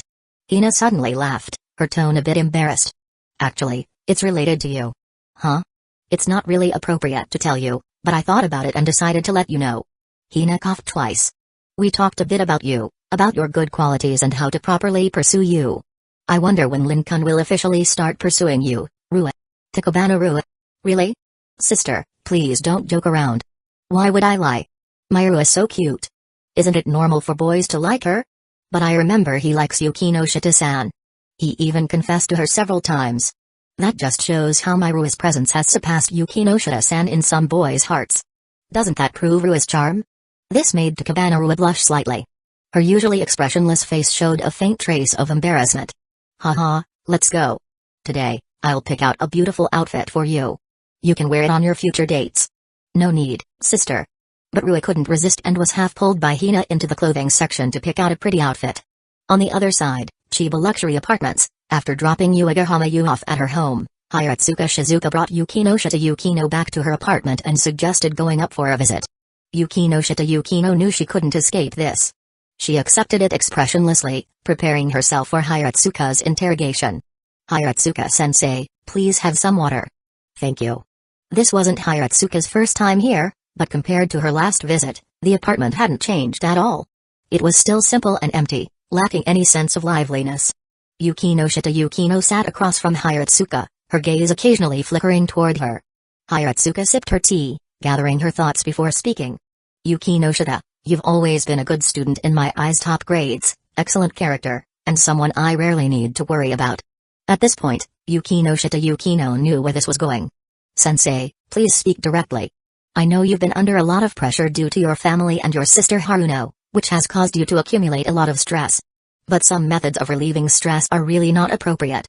Hiratsuka spoke while carefully observing Yukino Shita's expression, afraid of upsetting her. Seeing the girl's calm reaction, she continued, there are many ways to relieve stress: reading, watching movies, exercising, or even playing games. The black-haired girl's heart twitched. She knew she had been labeled as a pervert by her teacher, someone who resorted to abnormal behavior to relieve stress. Damn it, this was all Lin Yi's fault. This humiliation and shame, she would make Lin Yi take responsibility for it. Sensei, I understand. What else could she do? She could only say she understood. Exposing Lin Yi wasn't an option. If she dared to expose him, that man might really wave her undergarments around Subuhai. He'd get expelled, and she'd be socially ruined, unable to stay at Subuhai or even in Chiba. Hiratsuka, seeing the girl's response, still wasn't fully reassured. To prevent the girl from repeating this behavior, she felt it necessary to scare her, making her aware of the dangers if she were discovered. Have you watched adult anime? Yukino Shita Yukino? She was innocent but had heard of such things. Alright, I assume you haven't. But I think it's necessary to tell you about some of their plots. Hiratsuka showed no embarrassment. She was an experienced woman, but even she wouldn't dare to do what Yukino Shita had done. In that regard, she was weaker than Yukino Shita. Thus, discussing adult anime plots with Yukino Shita didn't faze her much. Some female protagonists are discovered by males with their shameful secrets, and the males use this to blackmail them, forcing the girls to do things. She didn't need to elaborate. She knew Yukino Shita could guess what those things were. Don't think this only happens in fiction. As long as a girl has a sense of shame and doesn't want her family or others to find out, she can be successfully blackmailed. Have you heard of telecom scams? They're less common in our country, but they do happen. In Zaya country next door, it's practically a disaster zone. Hiratsuka recalled the scams from a neighboring country. One of them involves nude chats. Scammers use internet technology to obtain private photos and contact lists of victims, then threaten to send the photos to everyone on the list unless they pay. At first, they demand a small sum, claiming they'll delete the photos after payment. But the result is that after the first payment, they'll demand more, squeezing the victim dry until they either run out of money or realize the scam and stop paying. This example made it clear to Yukino Shita Yukino that it was directed at her situation. As the daughter of the Yukino Shita family, if someone were to hold something over you, you'd be an even easier target than most. Yukino Shita Yukino lowered her head. Without being able to reveal the truth about the lunch incident, she could only humbly accept Hiratsuka's lecture. Thank you for the reminder, sensei. I understand. Something like this won't happen again. She had no choice but to accept it. Denying it would only make her teacher more worried. But this humiliation and shame, she would remember it. She decided she would make Lin Yi pay for it. I believe you. Hiratsuka finished the water in her cup. If you're stressed and need to vent, find a better method. Yuagahama is a good girl. Becoming friends with her and going out to have fun is also a way to relieve stress. I'll consider it. I'll head back now. Yukino escorted Hiratsuka to the apartment door. Goodbye, sensei. Please be careful on your way back. Get some rest. Lastly, having a boyfriend is also a good option. Yukino. I understand, sensei. Hiratsuka left and entered the elevator. Yukino closed the door. She walked back to the sofa and sat down. She opened her hands, clenched her fists, and bit her lip. In front of sensei, I've lost all face. But thankfully, it was Hiratsuka-sensei who saw it. If it had been someone else. Yukino thought of Lin Yi. One thing was certain, that guy wouldn't use this opportunity to threaten her and act out some adult anime scenario. That guy still had a moral bottom line. In terms of character, he was still somewhat trustworthy, right? Recalling her interactions with Lin Yi over the semester, Yukino felt that they had been far more frequent than all her previous interactions combined. Under the influence of mystery and strangeness, she increasingly wanted to uncover the secrets Lin Yi was hiding. A mysterious player. A mysterious game, and those incredible abilities. All of it was real, and it piqued her curiosity. At the Fujibayashi household, as the agreed-upon time approached, Kyawa Fujibayashi had already tricked her sister into taking a bath first. Then I'll go take a bath first today. Ryawa Fujibayashi, holding her change of clothes, said to her sister. Go ahead. I'll take mine after you're done. Okay, sister. I'll be quick. Quick. You've been working hard all day. You should soak in the bath for a while and relax your body properly. I understand, sister. Under Kyawa Fujibayashi's watchful gaze, Ryawa Fujibayashi entered the bathroom.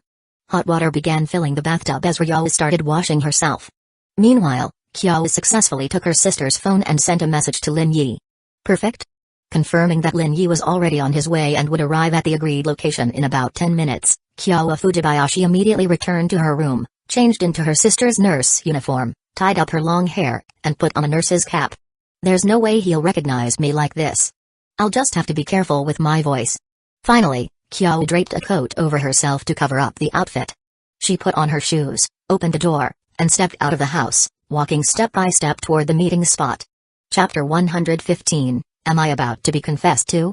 The sky was deep and pitch black, with stars twinkling one by one, and a full moon hung high, casting a golden glow that sprinkled down, bringing a cold light to the earth.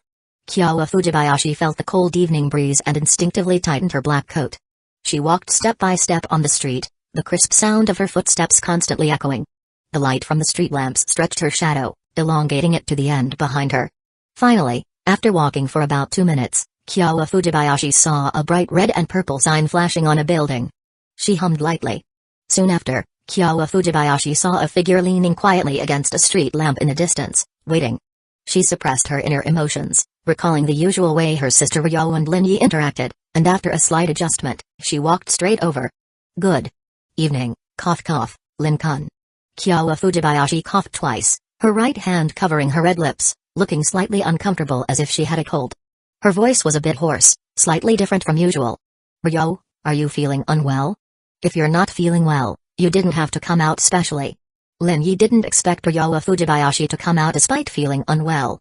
Seeing the nurse uniform the girl hadn't even had time to take off, could it be that she rushed over right after getting off work at the hospital? Even though she was feeling unwell, she still worked overtime at the hospital, and now she came directly to meet him without any hesitation. Lin Yi felt heartache for this gentle girl. It's nothing. Cough cough. Lin-kun's matters are more important. Kyawa Fujibayashi's voice was soft, very much like Ryawa Fujibayashi's usual way of speaking. The voices of the two sisters were somewhat similar to begin with, and now with the hoarseness, it was even harder to distinguish. However, Kyawa Fujibayashi was still a bit nervous, worried that Lin Yi would discover her identity. Your health is more important, my matters can wait. Lin Yi decided to send the girl back first. He made a move to send the girl back, but was met with her refusal. I have already come out. Kyowa Fujibayashi looked up at Lin Yi with a slightly stubborn gaze, immediately making Lin Yi realize the girl's determination. Since she had already come out, sending her back without doing anything would be a waste of her goodwill and time. Are you really not feeling too unwell? Kyowa Fujibayashi shook her head. However, she felt somewhat affirmed by Lin Yi's decision to send her back first. This guy still had some bottom line, caring for her sister and prioritizing her sister's health. But now she needed to find out the purpose of Lin Yi's late-night meeting with her sister. Alright, listen to me, and if there's anything you're unwilling to do, just speak up. Kyowa Fujibayashi nodded. Good, so far, everything was going smoothly. She wanted to see what Lin Yi had planned for her sister. It's like this, Ryo, I've recently acquired a rather special ability, but there's a bit of a problem with it. You could consider it a curse. I need your help to test and confirm it. Special ability? Curse? Kyowa Fujibayashi was baffled. But she didn't show it. She looked at Lin Yi with gentle eyes, signaling him to continue. Actually, this isn't the best place to test. Although it's nighttime and there aren't many people around, there's no guarantee that passers-by might notice our testing. I originally thought we could go to a nearby hotel. Lin Yi needed a private space. If Ryowa Fujibayashi were alone at home, the Fujibayashi household would be a good choice, or coming to his apartment would also work. But now, only a nearby hotel or inn would be suitable, free from outside disturbances. Upon hearing this, Kyowa Fujibayashi's mood shifted. This guy, he's really trying to trick my sister into going to a hotel. What does he plan to do at a hotel late at night? What ability? It's all just an excuse to fool my sister. If my sister really believed him and followed him to the hotel, what would happen next? She knew all too well. This man was now truly showing his true colors. But given your current health condition, it's not suitable for you to accompany me for a long experiment, to fulfill my needs, so we won't go to the hotel, we'll do it here. Kyowa Fujibayashi? Does this guy have no sense of shame? Letting my sister accompany him here, to fulfill his needs? Kyowa Fujibayashi unconsciously took half a step back. What are you going to do? How should I put it? My ability is to obtain objects from the other person through physical contact. I will touch you with my hand, and the objects on you will appear in my hand. I'm not entirely sure about the conditions and scope of this ability, so I need someone to cooperate with me, to help me test and experiment. Lin Yi explained in a way that was as easy to understand as possible. But Kyowa Fujibayashi was shocked. What kind of special ability is this? It's just something any man could do. This guy, does he really think Ryo is a naive little girl who can be easily fooled, using such tricks to deceive my sister? But thinking about my sister's attitude towards Lin Yi, Kyowa Fujibayashi felt that even if Ryo knew Lin Yi's true intentions, she would probably still choose to cooperate. Kyowa Fujibayashi's inner emotions kept rising, her suppressed anger continuously spreading. At this moment, Lin Yi's voice interrupted Kyowa Fujibayashi's thoughts, and he took a step closer, which made Kyowa Fujibayashi's desire to distance herself grow, but she held back. And my curse is that in my unconscious state, if you touch my hand, have direct physical contact, your clothes will appear in my hand. And these clothes are usually undergarments. Lin Yi spoke very seriously, so if you're unwilling to cooperate with my testing, I won't force you. We can still be friends, and I hope you won't feel any psychological burden, thinking that you haven't helped me. If the girl felt too shy and unwilling, Lin Yi wouldn't force her. He would go find Nanace Ren for help. Up until now, Nanace Ren hadn't replied to his message. He guessed that Nanace Ren was probably overwhelmed with work at Chiba Central Hospital. Kyowa Fujibayashi was utterly confused, her mind unable to process this. Judging by the man's tone, it sounded like he was telling the truth, but could such an ability exist in this world? Isn't this just a ploy to trick Ryo into taking off her clothes? She leaned more towards the latter. If you're willing, touch my hand. If not, shake your head, and I'll send you back. After all, it's about undergarments. Being touched by a man, most girls wouldn't be willing, so it's completely fine if you refuse. Kyowa Fujibayashi certainly didn't want her undergarments, or even her outer clothes, to end up in Lin Yi's hands. But she inexplicably wanted to give it a try, to expose this scammer's scheme. If she didn't accept, how could she expose him? She could only personally undergo the test. Kyowa Fujibayashi had already recorded everything. Once she exposed Lin Yi's lie, she could let her sister recognize Lin Yi's true colors through the recording. Her purpose for coming here would be achieved. Under Lin Yi's gaze, Kyowa Fujibayashi nodded, and her right hand slowly reached towards Lin Yi's outstretched right hand. The distance of less than half a meter took a considerable amount of time, as if an invisible force was separating the two hands. Under the white light of the street lamp, with the evening breeze blowing, the distance between the two hands kept getting closer. Closer, even closer. Finally, the two hands touched. Cool, somewhat firm, completely different from the feel of a girl's hand. A series of sensations flashed through Kyowa Fujibayashi's mind. She blinked back to reality. Now was not the time to think about the sensation, but about the undergarments. She glanced at Lin Yi's right hand, but saw no undergarments, not even a coat. Was it in his left hand? Kyowa Fujibayashi immediately shifted her gaze, but didn't see any clothing in Lin Yi's left hand either. Involuntarily, she let out a sound of confusion. Lin Yi was also puzzled at this moment. According to his speculation, a girl he had saved and who had a favorable impression of him should trigger the pickpocket ability passively upon touching his hand, resulting in him obtaining her undergarments. But this test seemed to completely contradict his hypothesis. Could it be that the girl's affection wasn't high enough? Lin Yi dismissed this thought. In terms of danger, the peril at Kyoto Private Elite High School far exceeded that of the burning anomaly and the monstrous dog. The time he had spent with Ryowa Fujibayashi, facing hardships together, was also longer than with Takabana Hina and Yukino Shita Yukino. There was no reason why Ryowa Fujibayashi would rank below Takabana Hina and Yukino Shita. So, where was the problem? Was his guess about the flaw incorrect? Let's try again. At Lin Yi's request, Kyowa Fujibayashi once again took hold of his hand. But still, there was no change. Kyowa Fujibayashi was inwardly ecstatic, but on the surface, she maintained a somewhat subdued demeanor, striving not to let Lin Yi notice her anomaly. The second attempt still yielded no reaction. The third time was also without any response. Lin Yi pondered deeply. Perhaps you can't trigger my curse. That's a good thing. A good thing? Keep making things up. Then, use your ability on me actively. If passive doesn't work, then give me the active version. I'd like to see how you can continue to fabricate this. Alright, this is also a test I hoped you could help with. What can be obtained by actively using the pickpocket superpower? Is it random, or can it be controlled by consciousness? Right now, I want to obtain the black coat you're wearing. Kyowa Fujibayashi watched, as Lin Yi reached out towards her, finally touching her hand. Starting from the hand to undress? But feeling the touch of skin on her palm, she realized Lin Yi was merely touching her. So cold, a chilling sensation. A wave of coldness emerged, and Kyowa Fujibayashi blinked to see her black coat appearing in Lin Yi's right hand. Kyowa Fujibayashi? What's going on? How did this happen? How did the clothes she was wearing end up in Lin Yi's hands just like that? How was this done? Alright, I wanted to obtain the black coat you're wearing, and by touching your hand, I can get it. Throughout this process, he had been focusing on obtaining the black coat, constantly reminding himself and visualizing the style of the black coat to deepen the impression. Put it back on. Lin Yi handed the coat back to Kyowa Fujibayashi, who was now in a pink nurse uniform, the fitted style outlining her well-proportioned figure, the uniform adding a unique charm to the girl. Lin Yi took a couple more appreciative glances. The girl was already beautiful, and now in uniform, she looked even more stunning. Next, I'll try touching other parts to see if I can obtain something. Kyowa Fujibayashi's mind was a tangled mess, completely unsure whether to believe or deny the strange changes happening to her. But her clothes had indeed suddenly appeared in Lin Yi's hands. Let's see more. Kyowa Fujibayashi decided to watch Lin Yi's subsequent tests. Her wrist was grasped, and the coat she had just put on disappeared again. Her heart was eerily quiet. Now, she believed what Lin Yi had said.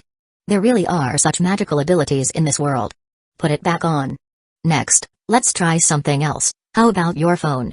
Lin Yi suddenly thought of something. Right now, I haven't seen where you keep your phone, nor do I have a strong impression of your phone. Let's see if I can accurately obtain the phone you're carrying under these circumstances. After saying this, Lin Yi began to act. Phone, he kept reminding himself, reaching out again to touch the girl's hand. Activating the pickpocket ability. The next moment, Lin Yi saw what appeared in his hand, not the phone, but the pink nurse uniform. Kyowa Fujibayashi? She was still wearing the black coat, but the pink nurse uniform had appeared in Lin Yi's hands. Whoosh! A cold breeze blew past, making Kyowa Fujibayashi feel chilled from the inside out. This ability is too bizarre. She thought that this guy could strip her of her undergarments in just an instant. Being stripped bare would only take a few seconds. Immediately, a faint blush appeared on Kyowa Fujibayashi's cheeks. She absolutely must not let her sister have too much contact with Lin Yi, or she might be stripped naked in no time. Lin Yi felt the weight of the nurse uniform in his hands, realizing the phone was inside it. He wasn't sure if this counted as a success or a failure. He looked around, confirming there was no one nearby, then said to the girl, "Sorry, please put your clothes back on first. Turn around." Since the nurse uniform was over her undergarments, and now with the black coat on, She didn't have to worry about being exposed, but the process of dressing again would be problematic. Lin Yi didn't hesitate and immediately turned around. Kyawa Fujibayashi took off the black coat and put the nurse uniform back on. After a while, she was fully dressed again. Aku. She suddenly sneezed. Sorry. Kyawa Fujibayashi shook her head. Let's end the testing here for today. I'll walk you back. Actually, there were many more tests he wanted to conduct, such as whether touching the girl over her clothes could successfully activate the skill and obtain the target item from her. For example, whether touching other parts of the girl could successfully obtain the target item. Or, in the case of not knowing the information about the target item, whether it could still be successfully obtained. However, making a girl with a cold stand in the chilly outdoor wind to continue testing, Lin Yi really couldn't bring himself to do that. Are we done? Yes, we're done, that's enough. For the remaining tests, Lin Yi decided to find someone else. Ryowa Fujibayashi wasn't good at refusing people. Under normal circumstances, he would have continued to ask for her help. But the girl was currently unwell with a cold, and he felt too embarrassed to ask her for further assistance. Kyawa Fujibayashi wrapped herself tightly in her coat and walked side by side with Lin Yi. They headed towards the Fujibayashi household. Along the way, Kyawa Fujibayashi kept thinking about Lin Yi's special ability. The ability was an undeniable fact before her eyes, but what concerned her was that Lin Yi had chosen her sister to help with the testing. What did this mean? It meant that Lin Yi trusted her sister, knowing that she would keep his secret. More importantly, involving undergarments, Lin Yi also believed that her sister would be willing to provide help. This level of trust was not simple. Kyawa Fujibayashi recalled her sister mentioning Lin Kun protected me. That day at the cinema, her sister and Lin Yi must have experienced something significant, definitely not just a common hero saves the day scenario with some thugs bullying her sister and Lin Yi stepping in. Something that had gradually faded from her memory once again surfaced in her mind. Kyawa Fujibayashi felt an urge to find out the truth, to get the real story from her sister. Meanwhile, Lin Yi, walking beside Kyawa Fujibayashi, was still pondering the same question. Why did the flaw of the pickpocket superpower affect Yukino Shita Yukino and Takabana Hina, but not Ryowa Fujibayashi? What was the difference between this girl and the other two, and what did she have in common with Takabana Rue? Could it really not be related to saving someone, not related to affection? Next, he could only determine the flaw of his superpower through Nane's Ren. This still needed to be figured out as soon as possible. Lin Yi glanced at the girl beside him. If he ran into her sister while walking her back, he would probably be subjected to another round of questioning. Better to avoid that. Her sister. Wait. Lin Yi stopped and looked at the girl who had walked a few steps ahead before stopping. She tilted her head, a look of confusion on her face. Suddenly thought of something, maybe I shouldn't walk you to your doorstep. Your sister, Kyawa Fujibayashi, has always been wary of me, even warned me before, hoping I'd stay away from you. If I were to walk you home and coincidentally run into her, it might lead to unnecessary misunderstandings from Ms. Fujibayashi. Lin Yi came up with an excuse. Kyawa Fujibayashi nodded. But this reaction made Lin Yi even more certain of his speculation. He already had a method to confirm it. I'll take you there. Lin Yi pointed to the street lamp at the intersection ahead, and then watch you go home. That intersection was only 20 or 30 meters away from the Fujibayashi family's house, which was close enough. Afterward, the two reached the intersection, and Lin Yi watched the girl enter Kyawa Fujibayashi's home. Once he confirmed she had gone inside, Lin Yi, instead, quickly followed her. Sorry, besides being a pickpocket, I can also see through things. In no time, the interior of the Fujibayashi house appeared in his field of vision. No one on the first floor. Lin Yi looked up to the second floor, and soon a beautiful girl with short purple hair appeared in his sight. The next moment, he immediately withdrew his gaze, ending the X-ray skill. But the beautiful, alluring scene lingered in his mind, impossible to shake off. Compared to Yukino, Ryowa Fujibayashi had a much better figure. She's actually taking a bath. He felt a bit awkward, having seen a beautiful scene he shouldn't have. But then he thought about how he'd spent most of the previous week looking at Yukino's body, and suddenly it didn't seem like a big deal. No need to feel embarrassed. The one who met me was the older sister, Kyawa Fujibayashi. She almost fooled me. She's really good at playing games, just like in the original story. Lin Yi recalled that of an animation of the Kyawa Fujibayashi route, where, in the end, Kyawa Fujibayashi cut her hair and pretended to be her younger sister in front of the male lead. This time, he had experienced that scene in reality. If I had known earlier, could I have called out Kyawa Fujibayashi to her face, and she'd have had to just endure it? Lin Yi let out a smile. Soon, he rubbed his eyes and looked at the first floor again. At that moment, Kyawa Fujibayashi took off her outer clothes and removed her nurse cap. her gorgeous long purple hair cascading down like a waterfall. He withdrew his gaze. This X-ray skill really tires out the eyes stinging and sore.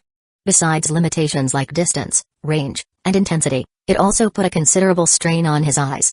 Spending game points could reduce the side effects and increase the intensity and range, but Lin Yi wasn't in a hurry to upgrade it. Instead, he considered saving up his game points to quickly level up his time-stop skill. Since he hadn't encountered any supernatural events yet, he wasn't eager to spend game points on upgrades.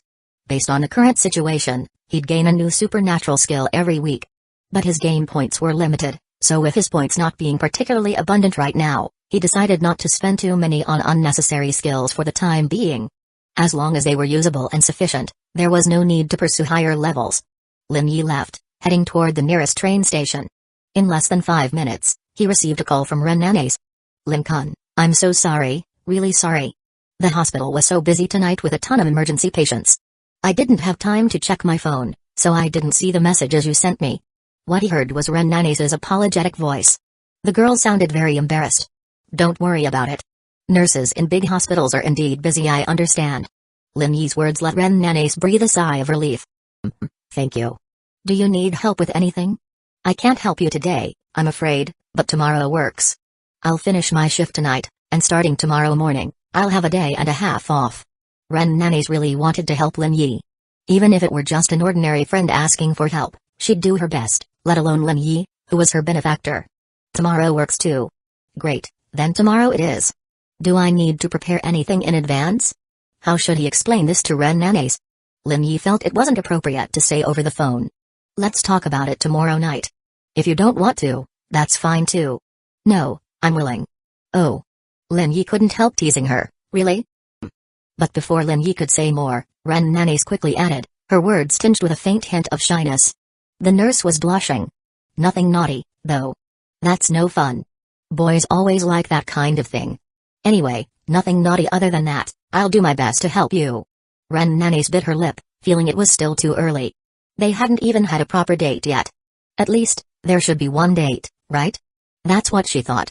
The last time could barely count as a date, but it ended halfway, and that was because of her. Wait until you hear my request tomorrow before deciding if you're willing. Okay. Ren Nanes had a slight feeling that Lin Yi's request might have a tiny bit of a troublesome element to it. But for her, she'd do her best to help. The girl named Ren Nanes had always wanted to repay her debt of gratitude to Lin Yi for saving her life. Just treating him to a meal and accompanying him to explore Chiba wasn't nearly enough. The call ended. Ren Nanes put down her phone. Snap. Suddenly, a hand clapped onto Ren Nanes' shoulder, and a gray-haired nurse appeared. Ren, who are you chatting with? You looked so focused and happy. Ren Nanes shook her head vigorously. No, just a friend. A friend? A boyfriend, you mean? Naughty. No naughty, haha, not a boyfriend yet.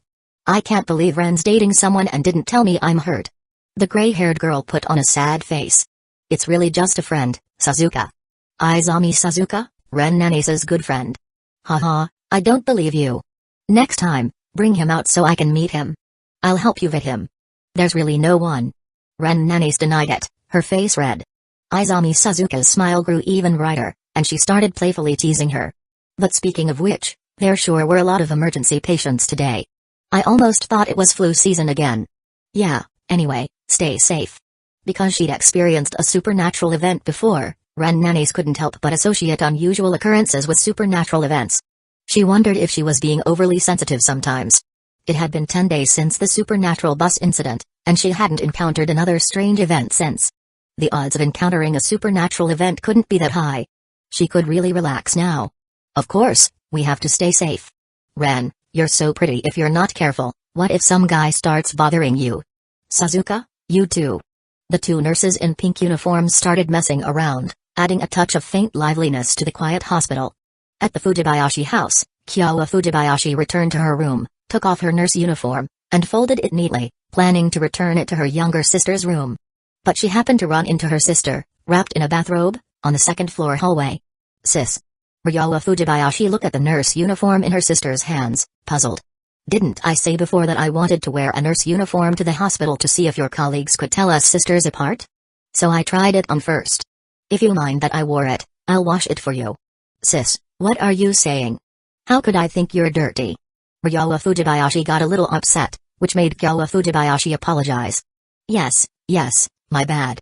How could Ryo ever think I'm dirty? Kyowa Fujibayashi chuckled and pushed her sister Ryo into her room. Her sister's room wasn't much different from hers, just a few small trinkets and dolls set them apart. The two sisters chatted for a while before turning off the lights and sleeping in the same bed. Kyowa Fujibayashi scooted closer. Ryo, tell me how Lin Yi protected you back then, okay? Ryowa Fujibayashi. She thought her sister had let it go, but it turned out she hadn't given up. If Ryo doesn't want to tell me, I'll just have to ask Lin Yi myself. I don't get why you won't tell me about something good. Sis, I hope you can understand me. Can we just let this matter rest? Sure, but you have to promise me one thing. Go ahead. Keep your distance from Lin Yi. Ryowa Fujibayashi fell silent. Keep her distance from Lin Yi? That was impossible. The warm, cozy girl's bedroom sank into silence. After a long pause, Ryowa Fujibayashi spoke slowly. Sorry, sis, I can't promise you that. Unexpected response. Kyowa Fujibayashi didn't say anything more, just hugged her younger sister from behind, but the intimately close sisters felt like something was missing at this moment. Their relationship had changed. The first thing Lin Yi did upon returning to his apartment was to clean himself up. It should be about the right time now. After checking the time, Lin Yi sent a message to Ai Hoshino. Beep beep beep. The phone vibrated. Lin Yi took out his Bluetooth earpiece, put it in his ear, and answered the call. Good evening, Ai-chan. Good evening, Lin-kun. On the other end of the phone, Ai Hoshino was lying on her bed, wearing only cute pink underwear, her fair skin exposed to the air. She occasionally swayed her legs, showing off her alluring side. Is the training tiring? Tiring, but it's okay, Ai-chan can endure it. This little bit of fatigue, Ai-chan can totally handle. Don't overwork your body, that's the basics. Ai-chan understands. Now Ai-chan is eating well, 3 meals a day, balanced nutrition. Ai-chan listens to Lin-kun. This didn't require Lin Yi's repeated reminders. Ai Hoshino was already doing it well. To Ai Hoshino, Lin Yi was the person who treated her the best in the whole world. Lin Yi's advice, she must follow. Eating more is always good, you're too thin now. Ai-chan will try. By the way, Ai-chan has some good news to tell Lin-kun. Lin Yi remembered this matter. Ai Hoshino had sent a message about it in the afternoon. What good news? I've got some information, news about my san. Lin Yi was stunned. He was happy about the girl's attentiveness to his concerns. After all, Lin Yi himself had almost forgotten about Mai Sakurajima these past few days, completely forgotten. There had just been too many things going on recently.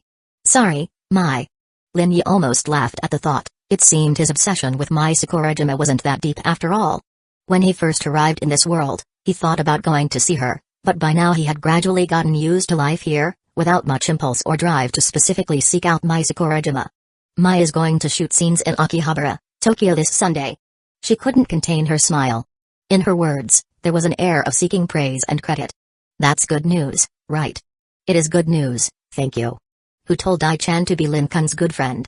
This little thing is absolutely no problem, but can Lin-kun agree to a small request from Ai-chan? Go ahead. Lin Yi said. On Sunday night, Ai-chan's idol group Bikamaki will be holding a concert in Tokyo. Can Lin-kun come to watch? She was a bit nervous, because she remembered Lin Yi had said he would no longer support her, but would support Mai Sakurajima instead. Although the two were life and death friends, Ai Hoshino still wasn't fully confident that Lin Yi would accept the invitation. Alright, I'll come, but the tickets are up to you, Ai-chan. No problem, Saido-san will prepare them, arranging the best seat for Lin-kun. Then I look forward to it, but has Saido recovered? Yes, he recovered a week ago. Saido-san is mostly back to normal now, though he occasionally gets scared by certain things, but overall he's back to normal. Thank you for your concern for Saido-san. Ai Hoshino expressed her gratitude on his behalf. He's your boss, my concern for him is actually concern for you. The purple-haired girl hummed in agreement, her heart filled with a sweet warmth. This feeling, she liked it so much, she wanted more of it. Suddenly, Ai Hoshino thought of something and immediately spoke up. Lin-kun, our Bikamaki group has a new member, very cute. I took a photo, I'll show it to you now. Ding dong. Soon, Lin Yi received a new message. A group photo, Ai Hoshino with a bright smile, and next to her was a cute girl with deep blue long hair, wearing a blue and white sailor uniform, exuding youthful vitality, her radiant smile full of happiness and joy. How is it? Very cute, right? Very cute. Lin Yi acknowledged the girl's cuteness. This was the kind of girl that would make men unable to look away at first sight. In terms of looks alone, This girl was already at the level of a top idol, and if her talents were up to par, becoming a popular idol shouldn't be too much of a problem. With her joining, Ai-chan's idol group will soon become famous, right? Ah, that's right, with Sayaka-chan joining, our Bikamaki will definitely be liked by more people. Ai Hoshino's words were filled with anticipation and longing for the future. An idol group can't rely on just one person. To make an idol group famous, it needs several popular idols. Of course, there are cases where one popular idol can elevate the entire group, but such cases are relatively rare. However, upon hearing this name, Lin Yi felt a sense of familiarity. What's her full name? Sayaka? Full name is Sayaka Mizuno. Does Lin-kun know Sayaka-chan? But just after seeing the photo, Lin Yi hadn't shown any reaction. Lin Yi hummed in acknowledgement. I've heard of her. This is the first time seeing her in person. Ai Hoshino was puzzled. She didn't quite understand what Lin Yi meant. Don't think too much. With her joining, your Bikamaki will be famous in no time, but I'm actually worried about you. Why? Sayaka Mizuno is so cute, she might very well replace you as the main center position. Ai Hoshino? That was an idol with super high school level potential in Engenrinpa. If nothing unexpected happens, Sayaka Mizuno could very well become a top idol. Ai Hoshino might not really be a match for Sayaka Mizuno. Lin-kun, that's so mean. Even if you think highly of Sayaka, you shouldn't say that. We're friends. You should support me, have confidence in me. Even if the opponent is Sayaka, I absolutely won't lose to her. Ai Hoshino muttered, expressing her unhappiness. I'll treat you to milk tea as my apology. Ai Hoshino hesitated, torn. That's so sneaky. Lin-kun just wants to trick me into eating sweets. Will you drink it or not? I'll drink it. Ai Hoshino gave in. An occasional cup of milk tea was fine. She would just have one with Lin-kun. It definitely wouldn't be a big problem. The deep purple-haired girl comforted herself like this. Suddenly, Ai Hoshino thought of something and immediately said, I almost forgot, Lin-kun. Actually last Saturday I received an invitation mission from the mystery game. Last Saturday? Wasn't that when he was in Macau? Was it a casino-related invitation mission? No, the mission name was Mountain Villa. The content was to survive until the time limit ended. Because it was a mission that could be refused, I refused and didn't participate. Ai Hoshino knew her own strength well. Her blessing fan interaction must be used on the mandatory mission every month. Without relying on Lin Yi's strength, she couldn't pass the mission. But if you receive a mission in the future, contact me in time. It wasn't the same invitation mission as his. It seemed the mystery game would send invitation missions to players at irregular intervals, and the mission items were not the same. For example, the casino he participated in only had 4 veteran players. I remember, Lin-kun. Ai Hoshino nodded repeatedly to show she understood. The two chatted a bit more before saying goodbye and resting. Lin-kun, when are you planning to come to Tokyo? Will you come on Saturday, or on Sunday itself? If Lin Yi came a day early, she might be able to spare an evening to accompany Lin Yi for a stroll around Tokyo. She hadn't had a proper walk and chat with Lin Yi yet. Lin Yi thought about the weekend's events and suddenly realized there were quite a lot of things, a bit too much to arrange. Ryowa Fujibayashi and Nanae Ren had both invited him this weekend, and Yuki Noshita had also invited him. Now there was Ai Hoshino's invitation. He only had one weekend, but 4 girls had invited him? That was a bit difficult. We'll see then, I'll let you know in advance.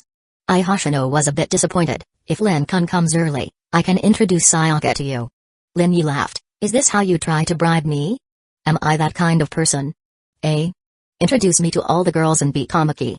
Instantly, Ai Hoshino pouted. No way, I'm not introducing them to Lin-kun. Lin-kun is too much of a playboy. Ha ha ha. Anyway, good night, Lin-kun. Good night. Lin Yi hung up the phone, stretched a bit, and then lay down to rest. Today was another exhausting day. Recalling the events of the day, there were quite a few. April 23rd, Tuesday, Lin Yi, as punctual as ever, arrived at Subu High. He entered the school building and opened his shoe locker to take out his indoor shoes. But upon seeing a letter on the shoe locker, he was momentarily stunned. Is this a love letter? Was he about to be confessed to? Could such a thing really happen? Chapter 116, Are you two dating? Yuki Noshita compromises. The letter appeared in his shoe locker. If it wasn't a love letter, what else could it be? But who would write him a love letter? Lin Yi thought about it, running through a mental list of people, but couldn't figure out who it might be. It couldn't possibly be Yuki Noshita, right? In Subu High School, aside from teachers like Shizuka Hiratsuka and Hina Takabana, he was closest to Yuki Noshita. They could be considered friends without any issue. But Yuki Noshita writing him a love letter? Impossible. That cold woman writing him a love letter? A curse letter would be more believable. No, that woman wouldn't even bother writing a letter, not even a curse letter. As Lin Yi pondered, he suddenly noticed a gaze coming from the direction of the school building entrance. He turned his head and saw a slender figure bathed in the morning sunlight. Her black hair fluttered in the breeze, and her deep blue eyes carried a faint trace of doubt. Their eyes met, and neither spoke first. "What is it?" Finally, the girl broke the silence, her voice cool and clear. At that moment, Lin Yi realized that his unconscious remark had been overheard by Yukino Shita. He was about to deny it but then waved his hand, signaling for her to come over. Yukino Shita grew even more puzzled but still walked step by step toward Lin Yi. The beautiful figure of the girl soon appeared beside Lin Yi. Lin Yi pointed to his shoe locker. "Yours?" "What?" Yukino Shita looked over and saw the letter inside the locker. "A love letter? Someone wrote Lin Yi a love letter? Did you write me a love letter?" Yukino Shita slowly raised a question mark in her mind. Coincidentally, several Subu High students who were changing their shoes nearby cast incredulous glances, their eyes filled with shock. Yukino Shita writing a love letter to a boy? What a joke. Everyone knew that Yukino Shita was the most famous ice queen in Subu High. Many boys had tried confessing to her, but all were mercilessly rejected. To this day, no one had succeeded, to the point where no boys even dared to humiliate themselves by confessing anymore. There were even rumors among the students that Yukino Shita doesn't like men, she likes women. Of course, this was mostly treated as a joke. But in the minds of Subu High students, there was a consensus that Yukino Shita would never like a boy or date anyone. Yet now, the conversation happening before their eyes completely shattered this consensus, leaving them in a state of overwhelming shock. The black-haired, cool girl noticed the change in the atmosphere and felt the curious, shocked gazes from all around. "Please don't joke around. I just arrived at the school building. Do you think I had time to stuff a letter into your shoe locker? Moreover, are you sure this is a love letter?" Her two rhetorical questions immediately dispelled most of the doubts. Writing a love letter? Expressing feelings but only through a letter? If the person doesn't even have the courage to do more, I suggest they give up on love altogether. After mercilessly refuting the idea, Yukino Shita walked to her own shoe locker. She opened it, and several letters fell to the ground with a rustling sound. "As expected of you. There are still so many boys confessing to you." After all, she was a beautiful girl. Even with her fearsome reputation, there were still boys willing to give it a try. "Not long ago, you were among them." Picking up the letters, Yukino Shita glanced at Lin Yi. Lin Yi shrugged, completely unfazed. "Not anymore. I have a new target now. You know that? The famous celebrity, Mai Sakurajima? Or that idol from Tokyo, Ai Hoshino?" Yukino Shita had a good memory. Lin Yi had only mentioned it once, but she remembered. She had even searched for the latter online. She was a cute girl. As for Mai Sakurajima, she was a well-known celebrity in Japan. Yukino Shita had seen her movies before. But if it weren't for Lin Yi mentioning Ai Hoshino, she wouldn't have known about her. Both. Yukino Shita didn't say anything more. She changed into her indoor shoes and closed her locker. Carrying the letters, she headed toward the classroom. Lin Yi followed quickly, walking behind her and admiring her slender, graceful figure. The Subu High girl's uniform was slim and cute, perfectly showcasing the youthful beauty of a girl. And on Yukino Shita, it was especially dazzling. The standard uniform gave off a unique vibe. After the two left, the students at the shoe lockers finally let out a breath, and hushed discussions began. Even though they knew the Yukino Shita writing a love letter was a misunderstanding, it still sparked a wave of conversation. "Who's that guy?" "The exchange student from Zia country next door." "Oh, right. I remember that exchange student confessed to Yukino Shita several times." "Haha, daring to say Yukino Shita wrote him a love letter? He's the first. Who knows? Maybe it's true." "Ha ha ha." Upon arriving at the classroom, Lin Yi saw Yukino Shita place the letters into her desk drawer and begin preparing for the morning classes. The girl seemed to notice Lin Yi's curiosity and, for once, took the initiative to explain. "I'll deal with them after school. I won't read them." "Not going to throw them away directly?" She remained calm. "I used to throw them away directly, but once someone deliberately picked them up and read them out loud." "Got it. There's always someone who loves stirring up trouble." Yukino Shita herself didn't care and could ignore it, but the feelings of the person who wrote the letter would be different. It would feel like a public execution. For example, back in middle and high school, Lin Yi had no problem showing his essays to his teachers. But if his parents or classmates read them, it would feel entirely different. And love letters? That's even more sensitive. Yukino Shita. You're really kind. Yukino Shita stiffened slightly, then immediately turned and sat up straight, leaving Lin Yi with a side profile. Lin Yi smiled and looked at the white envelope on his desk. To open or not to open? It was the first time he'd received a letter from an unknown sender, and it gave him a sense of novelty. Lin Yi opened the envelope and took out the letter inside. He noticed Yukino Shita react slightly, as if she had heard the sound of the envelope being torn open. Want to take a look? Yukino Shita showed no reaction. Lin Yi unfolded the letter and saw the neat, elegant handwriting on the paper. The strokes were clear and delicate. The handwriting was definitely from a girl. Lin Yi had been worried it might be from the guy. After school today, rooftop. I need to talk to you. The content was simple, specifying a time and place and stating the purpose. But this was definitely not a love letter. Sigh. Lin Yi deliberately sighed softly, keeping his eyes on the girl. Seeing that Yukino Shita remained in the same position, he continued, I never thought I'd have a day like this. Looks like I have a date this weekend. At that moment, the black-haired girl by the window struggled to suppress her inner turmoil, taking deep breaths to calm her racing heart. Her sharp instincts told her that Lin Yi was doing this on purpose. He mentioned the weekend specifically to see her reaction. So she absolutely couldn't fall for it. Seeing that Yukino Shita didn't react, Lin Yi felt a bit disappointed. Just then, the unmistakable figure of Shizuka Hiretsuka, clad in her signature white lab coat, entered the classroom. Shortly after, the bell for class rang. Class begins. And so, a new day of classes started. During the lunch break, the students of Class J gradually left the classroom. Yukino Shita, carrying her lunchbox, glanced at Lin Yi before heading toward the classroom door, preparing to go to the service club. Lin Yi walked toward the back door, but as soon as he stepped out, he saw Hinata Kabana, the teacher. Teacher. Are you looking for me? Yes. Hinata Kabana looked at Lin Yi's hands and noticed that he was wearing flesh-colored gloves today. If one didn't look closely, it would be hard to tell that he was wearing gloves. Then, she glanced around and saw Yukino Shita looking at her, nodding in greeting before leaving. How was last night? I have a general understanding. After school today, I'll ask another friend to help me continue testing. Can you control it? This was Hinata Kabana's biggest concern.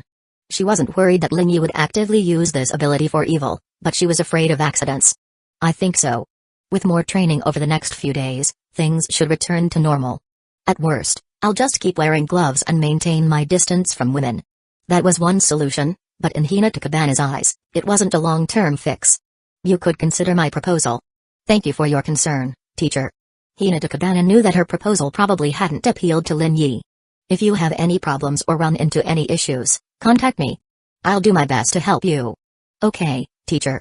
Hinata Kabana waved and turned to leave, only to see her younger sister not far behind her. Rua. Sister. Don't call me sister at school. But by now, many people knew that Hinata Kabana was Ruita Kabana's older sister. The two sisters joined up and headed to their usual spot to eat together. Before leaving, Lin Yi noticed Ruita Kabana glancing at him, her gaze deep and thoughtful. Probably because of last night. Lin Yi made his way to the service club. As he knocked on the door and received permission to enter, he naturally said, "Where's my lunchbox, President?" After saying this, he noticed an unexpected guest in the service club. This wasn't exactly an uninvited guest. The pink-haired, bubbly girl was also a member of the service club. However, she had never come to the club for lunch during the midday break before. Lin Yi walked in and closed the club room door. At this moment, Yukino Shita's expression seemed slightly off. Yui Uegahama's arrival was something she hadn't anticipated. But since she was already here, and Lin Yi had already mentioned the lunchbox, she had no choice but to go along with it. Here. Yukino Shita took out another lunchbox and placed it on the table, pushing it slightly toward Lin Yi's usual spot. Thanks. Lin Yi took it and sat down in his seat. This entire process left Yui Uegahama stunned. Yukino Shita preparing lunch for Lin Yi. Were these two in a relationship? Yukainon, are you and Lin-kun dating? Yui Uegahama swallowed nervously as she looked at Yukino Shita. Yukino Shita's thought was that if Yui Uegahama didn't ask, she wouldn't explain. Sometimes, explaining things proactively could lead to more suspicion. But now that Yui Uegahama had asked, she decided to answer. It's repayment for saving me last week. I'm making lunch for him for 3 days. Yui Uegahama suddenly understood. Oh, I see. I thought you and Lin-kun were dating. I even heard this morning that Yukainon wrote Lin-kun a love letter. As expected, the rumor had spread.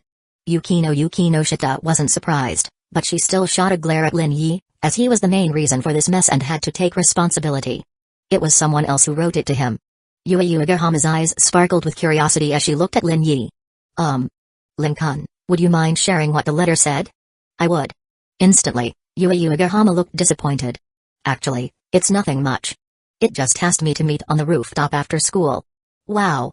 Yue Yuigahama got excited. A confession. It must be a confession, right? It's not from you, is it, Yuigahama-san? Huh? Yue Yuigahama froze, then vigorously shook her head. No, it's not me. I don't like you, Lin-kun. That's somehow really sad to hear. Yue Yuigahama flustered, trying to explain and comfort him but not knowing how to start. Haha, just kidding. Don't worry about it. But the bubbly girl was already blushing furiously from Lin Yi's teasing. Lin Yi opened the lunchbox and saw the rich assortment of food inside: golden fried shrimp, tamagoyaki, rolled omelette, tomatoes, and broccoli. It was a balanced and appetizing meal. The only downside was the portion of rice was a bit small. Yuki no Shita, next time, could you add a bit more rice? Maybe double this amount. Okay. Also, I need to correct something you said earlier. What? It's not 3 days. It's a month. You refused back then. Yuki no Shita clearly remembered that Lin Yi had rejected her proposal a month's worth of lunchboxes in exchange for him agreeing to visit her home. But I ended up agreeing anyway. That was your way of making up for it. The two locked eyes, neither willing to back down. This made the pink-haired, bubbly girl nervous, fearing that the two might start fighting. Please don't fight, and please don't argue. Yue Yuigahama was so tense she felt like crying. As the third party, she was under a lot of pressure. A girl asked me out this weekend. My schedule is tight. The implication was clear. This jerk, Yuki no Shita, clenched her fists. 2 weeks. For the first time, she had compromised with a man. She was very unwilling. 2 weeks at most. She gritted her teeth, staring firmly at Lin Yi, expressing her strong resolve. 2 weeks it is, then. 15 days. Holidays and weekends don't count. Excluding today, you still owe me 17 lunchboxes. Yuki no Shita didn't say anything, which was as good as an agreement. Only Yue Yuigahama was curious about what could have made Yuki no Shita make such a huge sacrifice preparing lunch for a boy for 18 days. Compensation? Did Lin Yi do something bad to Yuki no Shita? But if it was something bad, why would Yuki no Shita be the one preparing lunch for Lin Yi? The bubbly girl's mind was spinning, completely unable to figure out the cause and effect of the situation. Yuigahama. Yue Yuigahama tilted her head in confusion. What did he mean by Yuigahama? Was he referring to her hairstyle? Ahem, Yuigahama-san, I hope you can keep this matter confidential. If it gets out, I'll be fine. I have thick skin, but it might affect Yuki no Shita. This was something Yuki no Shita wouldn't say, so he had to say it for her. Don't worry. I won't spread it around. I'll definitely keep it a secret. No one else will know. Yue Yuigahama repeatedly assured them. As Yuki no Shita and Lin Yi started eating their lunches, Yue Yuigahama looked at the food in her own lunchbox and felt it was a bit lacking. Although her mother's cooking was delicious, she really wanted to try Yuki no Shita's cooking too. She was sure that if word got out that Lin Yi was eating Yuki no Shita's cooking, countless boys would howl in envy. Even she, Yue Yuigahama, was envious. After school, Yue Yuigahama finished cleaning her desk, said goodbye to her friends Yumeko Mira and the others, and left the classroom. Yumeko, it feels like Yue hasn't been hanging out with us much lately. The bespectacled, bookish girl looked in the direction Yue Yuigahama had disappeared. The blonde Yumeko Mira didn't think much of it. Maybe she's just busy. Yeah. I heard a new dessert shop opened on the shopping street today, Hina. Let's go check it out. Okay. The two girls left the classroom together. Yumeko Mira really wanted to invite Hayama, but the problem was that Hayama had soccer club practice today. Moreover, since the start of the week, she had noticed that Hayama seemed off, as if something was weighing on him. When she asked him directly, Hayama just smiled and said everything was fine. But as someone who always paid attention to Hayama, Yumeko Mira could tell that his words didn't ring true. On the way to the shopping street after leaving Subiu High, Yumeko Mira asked Hina Ebina, Hina, what do you think I should do to find out what's on Hayama's mind? Hina Ebina fell silent. She knew all too well how difficult this matter was. Yueko, why don't we think about how to cheer up Hayama-kun instead? This was an indirect way of saying there was no solution. Mira Yueko also knew the difficulty and, after some thought, nodded and temporarily accepted it. The two entered the train station, waiting for the train to arrive. Yue Yuigahama arrived at the service club and found Yuki no Shita already there. Let's go to the cooking classroom. Today, they had promised Yue Yuigahama to teach her how to make cookies. Aren't we going to wait for Lin-kun? Yui Uegahama looked at the last member of the service club who hadn't shown up yet. No need. He told me he's meeting a girl on the rooftop after school today, so he won't be joining the service club activities for now. He's really going. Isn't he afraid of making Yuki Noshita upset? Yui Uegahama was well aware of the school gossip, especially the fact that Lin Yi had confessed to Yuki Noshita multiple times, which she remembered vividly. Could it be that Lin Yi has already given up on his feelings and pursuit of Yuki Noshita? What's wrong? Shouldn't we go take a look? That wouldn't be appropriate. At this, Yui Uegahama hummed in agreement and followed Yuki Noshita to the cooking classroom. Yuki Noshita had already reserved the cooking classroom with Miss Hiratsuka and obtained the key. After opening the door and entering the cooking classroom, Yuki Noshita began preparing. Yui Uegahama offered to help, but her flustered movements caused flour to scatter everywhere, giving her a bad premonition. I'll handle it. No need to rush or panic, Uegahama-san. Making cookies is just about following the steps. The taste won't be amazing, but it won't be bad either. The pink-haired girl nodded vigorously. Lin Yi arrived at the rooftop as promised, but upon opening the door, he didn't see the girl he expected. Not here yet. He was early. Lin Yi looked around and confirmed that the sender of the letter hadn't arrived yet. He walked over to the railing and looked down at Subiu High. On the sports field, boys in gym uniforms were shouting and playing soccer. Lin Yi spotted a familiar figure. Ayama, the famous handsome guy and popular student at Subiu High. As in the original story, he was still single. If he wanted to find someone to date, it would be so easy. That's the advantage of being good-looking. Of course, Ayama wasn't just handsome, he had a great personality, was the ace of the soccer team, and came from a good family. In terms of dating, he was a top-tier candidate. Click. The rooftop door opened behind him. Lin Yi didn't turn around immediately. Only after the door closed again did he look back. In that instant, his eyes widened in surprise. He had thought of many possibilities, but he never expected the sender to be Ruitakabana. But now that he saw it was Ruitakabana, it made sense. Takabana-san, what did you want to talk to me about on the rooftop? The blue-haired girl in Subiu High's uniform walked forward, stopping about 2 meters away from Lin Yi. I want to ask about my sister. Her voice was calm, without much fluctuation. But being alone with this girl, Lin Yi couldn't help but think of the first scene from the original story. After watching so many normal anime, the opening of this one was quite explosive. But the steamy scenes? Loved it. That was his thought when he watched the first episode in his past life. Takabana-san, as the teacher's sister, you should know more about her than I do, right? Last night's incident. Did Hina Takabana not explain? A slip-up. Lin Yi thought Hina Takabana had handled everything since she hadn't sent him any follow-up messages, but now he realized he had misjudged the situation. What happened last night? I hope you tell the truth. I can overlook your actions last night. Sorry, I don't understand what you're talking about. Ruitakabana pursed her lips and remained silent. She wasn't entirely sure either. Meeting Lin Yi here was just an attempt to see if she could uncover the truth. I saw you taking advantage of my sister. Lin Yi froze. She saw it? From Ruitakabana's position, it was possible. But rather than her seeing it, he thought she might have sensed something was off and was now trying to bluff him. I see. Ruitakabana was puzzled. Let me ask if I took advantage of your sister, then. With that, Lin Yi took out his phone and was about to call Hina Takabana, but Ruitakabana reacted quickly, grabbing his wrist. Wait. Don't you want to confirm if I took advantage of your sister? Asking directly would be simpler, right? After all, my denial alone doesn't mean much, does it? The blue-haired girl pursed her lips but lacked the confidence to refute. From the start, Takabana-san, you've already decided I did it. So, my answer doesn't matter much, and I can't prove I didn't do it. At this, Lin Yi smiled. It's not like you'd believe me if I just said I didn't do it. Right? Of course not, but that would mean everything was as Lin Yi said. Ruitakabana was confused. Well, it's normal to be suspicious. After all, Takabana-sensei is so beautiful. But don't you think it would be dangerous for you to meet me alone if I were that kind of person? This made Ruitakabana's heart tremble, and she instinctively took a step back. Don't be nervous, just a joke. Lin Yi smiled. All right, I think this matter is over. I'll take my leave now. If you have anything else, just message me, Takabana-san.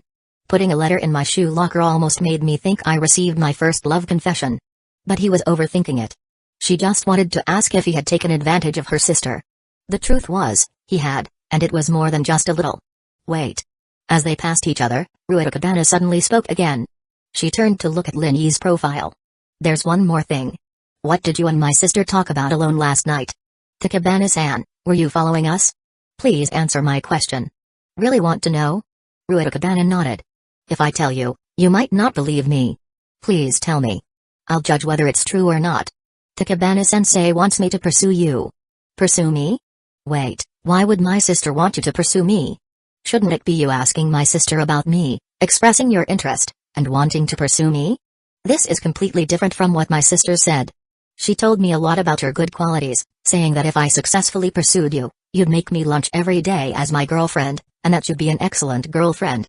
She even encouraged me to try. Being spoken of like this by a boy she had only known for a few days, Ruitakabana couldn't help but feel a bit embarrassed. But I declined. I appreciated Takabana-sensei's kindness, but how could I actively pursue you? The next sentence shocked Ruitakabana. 2 weeks ago, I made a bet with Takabana-sensei that you would actively pursue me. If I pursued you, wouldn't that mean I lost? With that, the confusion in Ruitakabana's heart was finally explained. That's why her sister made the agreement with her, that even if she fell for Lin Yi, she must never actively pursue him.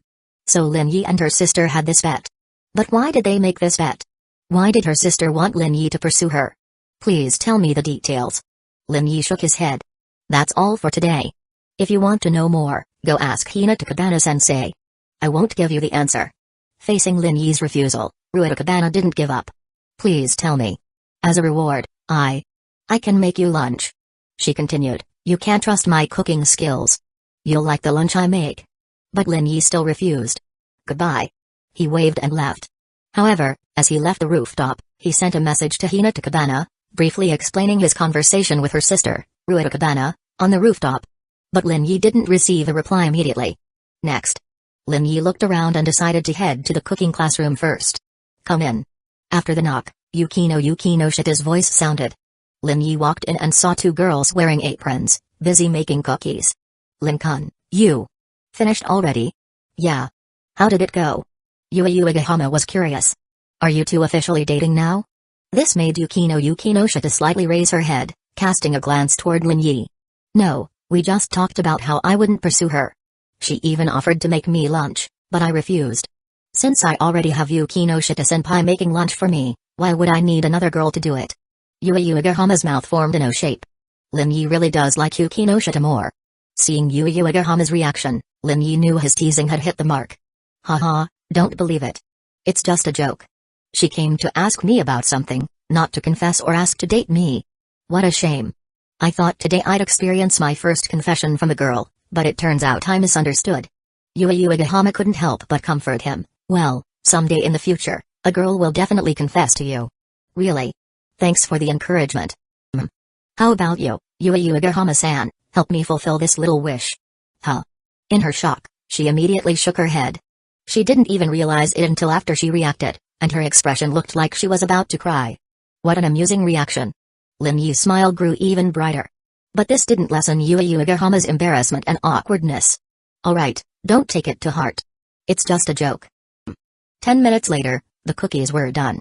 On the left were Yukino Shita's cookies, which tasted fine standard fare. But on the right.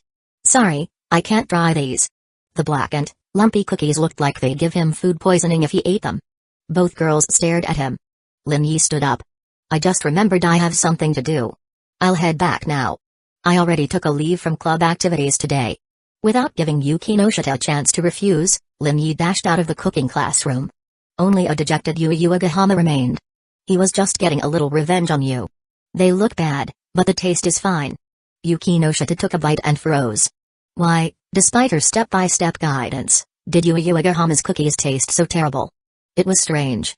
Lin Yi left Subuhai and headed for his destination, Chiba Elementary School. Today's mission was to investigate Chiba Elementary School for clues about the supernatural. If possible, he'd deal with it on the spot. He wondered if Kyowa Fujibayashi was still at Chiba Elementary School at this time. Chapter 117, Kyowa Fujibayashi in Danger. Lin Yi transforms. Chiba Elementary School, the school bell rang, signaling the end of the day. One by one, the elementary school students left with their backpacks. In the faculty office, colleagues bid farewell and left one after another. Good work today. Fujibayashi, how about grabbing a drink today? That was the elementary school's head teacher, already in his 30s. He had been quite proactive since Kyowa Fujibayashi joined the staff. I have plans with my sister today. Kyowa Fujibayashi declined with a smile. She was well aware of the man's intentions. Especially after learning that he was already married, she understood even more clearly. Unlike her student days, Kyowa no longer resorted to violence to reject advances from colleagues. Entering society, the once fierce and wild girl had mellowed, tempered by the trials of what is called society. What a pity. The middle-aged man shrugged regretfully and left. He didn't press further, seeming to take it in stride. Whether he succeeded or not didn't seem to matter much to him. It was all about luck. One by one, the colleagues left. Kyowa Fujibayashi stayed until the end, becoming the only person left in the faculty office. This is the last time. It didn't come yesterday. It should appear today. If she could win this third game, she would no longer have to face the eerie harassment of that little boy, and it would never appear at Chiba Elementary School again. What game should I choose this time? She needed to pick a game she was confident she could win. A few minutes later, Kyowa Fujibayashi put down her book and left the office. Not long after, she saw the pale, blue-eyed little boy at the usual spot. Compared to last week, the boy now had a bloody scar on his forehead. Kyowa could even faintly smell the faint scent of blood in the air. Even though it wasn't her first time seeing him, the purple-haired girl's heart still raced unnaturally, trembling with fear. Good afternoon. Kyowa Fujibayashi took the initiative to greet him. A slightly friendly greeting to reduce any potential malice from the other party. Good afternoon, Fujibayashi-sensei. The little boy grinned. He waved his hand and led Kyo to a classroom. Soon, the classroom door closed, leaving no gap whatsoever. What game should we play today? The little boy was full of anticipation. Fujibayashi-sensei is really amazing. You've beaten me twice already. You said that if I win this time, you won't bother me anymore. Not only will I not bother you, but I won't bother any other teachers at the school either. The little boy smiled brightly, the liquid from the scar on his forehead flowing down his cheek as if he didn't notice it at all. That's good. Let's start. This time, I will definitely win against you. Then today, we'll play. But before Kyo could finish, the little boy spoke first. Guess which hand the candy is in. Kyo saw a red candy appear in the little boy's hand. I have a friend in that world. He played this game with someone and lost so badly, lost everything, haha. So, sensei. I want to play this game with you. Guess which hand the candy is in? He moved his hands behind his back and began shifting the candy's position. Ding ding ding.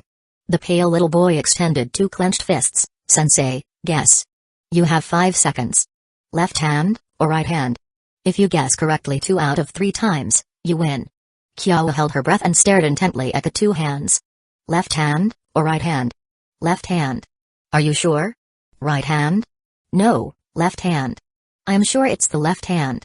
Kyo clenched her teeth and insisted. Ding ding ding. The little boy opened his hands. Nope. Kyo's face turned pale, her heart trembling, but there was still a chance. Then, the second round begins. The little boy shifted the candy's position again, and soon, the 2 hands were back in front of Kyo. Sensei, guess. Kyo's breathing quickened. She felt like her heart was about to burst out of her chest. Calm down, you need to stay calm, Kyo. Your sister Ryu is waiting for you at home. Ryu still need your protection, you absolutely cannot fall here. Believe in you, you can definitely do it. Left hand, or right hand? Fujibayashi Kyo looked back and forth, making her choice. Right hand. The little boy opened his right hand, empty, with no trace of candy. Fujibayashi Kyo felt dizzy, lost, all guesses were wrong. Teacher, there's nothing in the left hand either. At this moment, the pale little boy smiled brightly and opened his left hand, which was also empty of candy. Fujibayashi Kyo's eyes widened. At this moment, she realized, she had been tricked. It's not fair, how could anyone guess correctly? No one could guess correctly, absolutely no one could guess correctly. 2 options, and both were wrong. How could anyone guess and make the right choice? She didn't believe anyone could guess correctly. Someone guessed correctly. The pale little boy smiled brightly. My friend lost to him, lost 3 times in a row. Didn't win once. Fujibayashi Kyo didn't know if it was true, but more than that, she knew the desperate situation she was facing. The shadow of fear and death was looming over her. Facing the smiling little boy, she felt no warmth at all. Teacher, next, please come with me. To that world that belongs to us. Crack.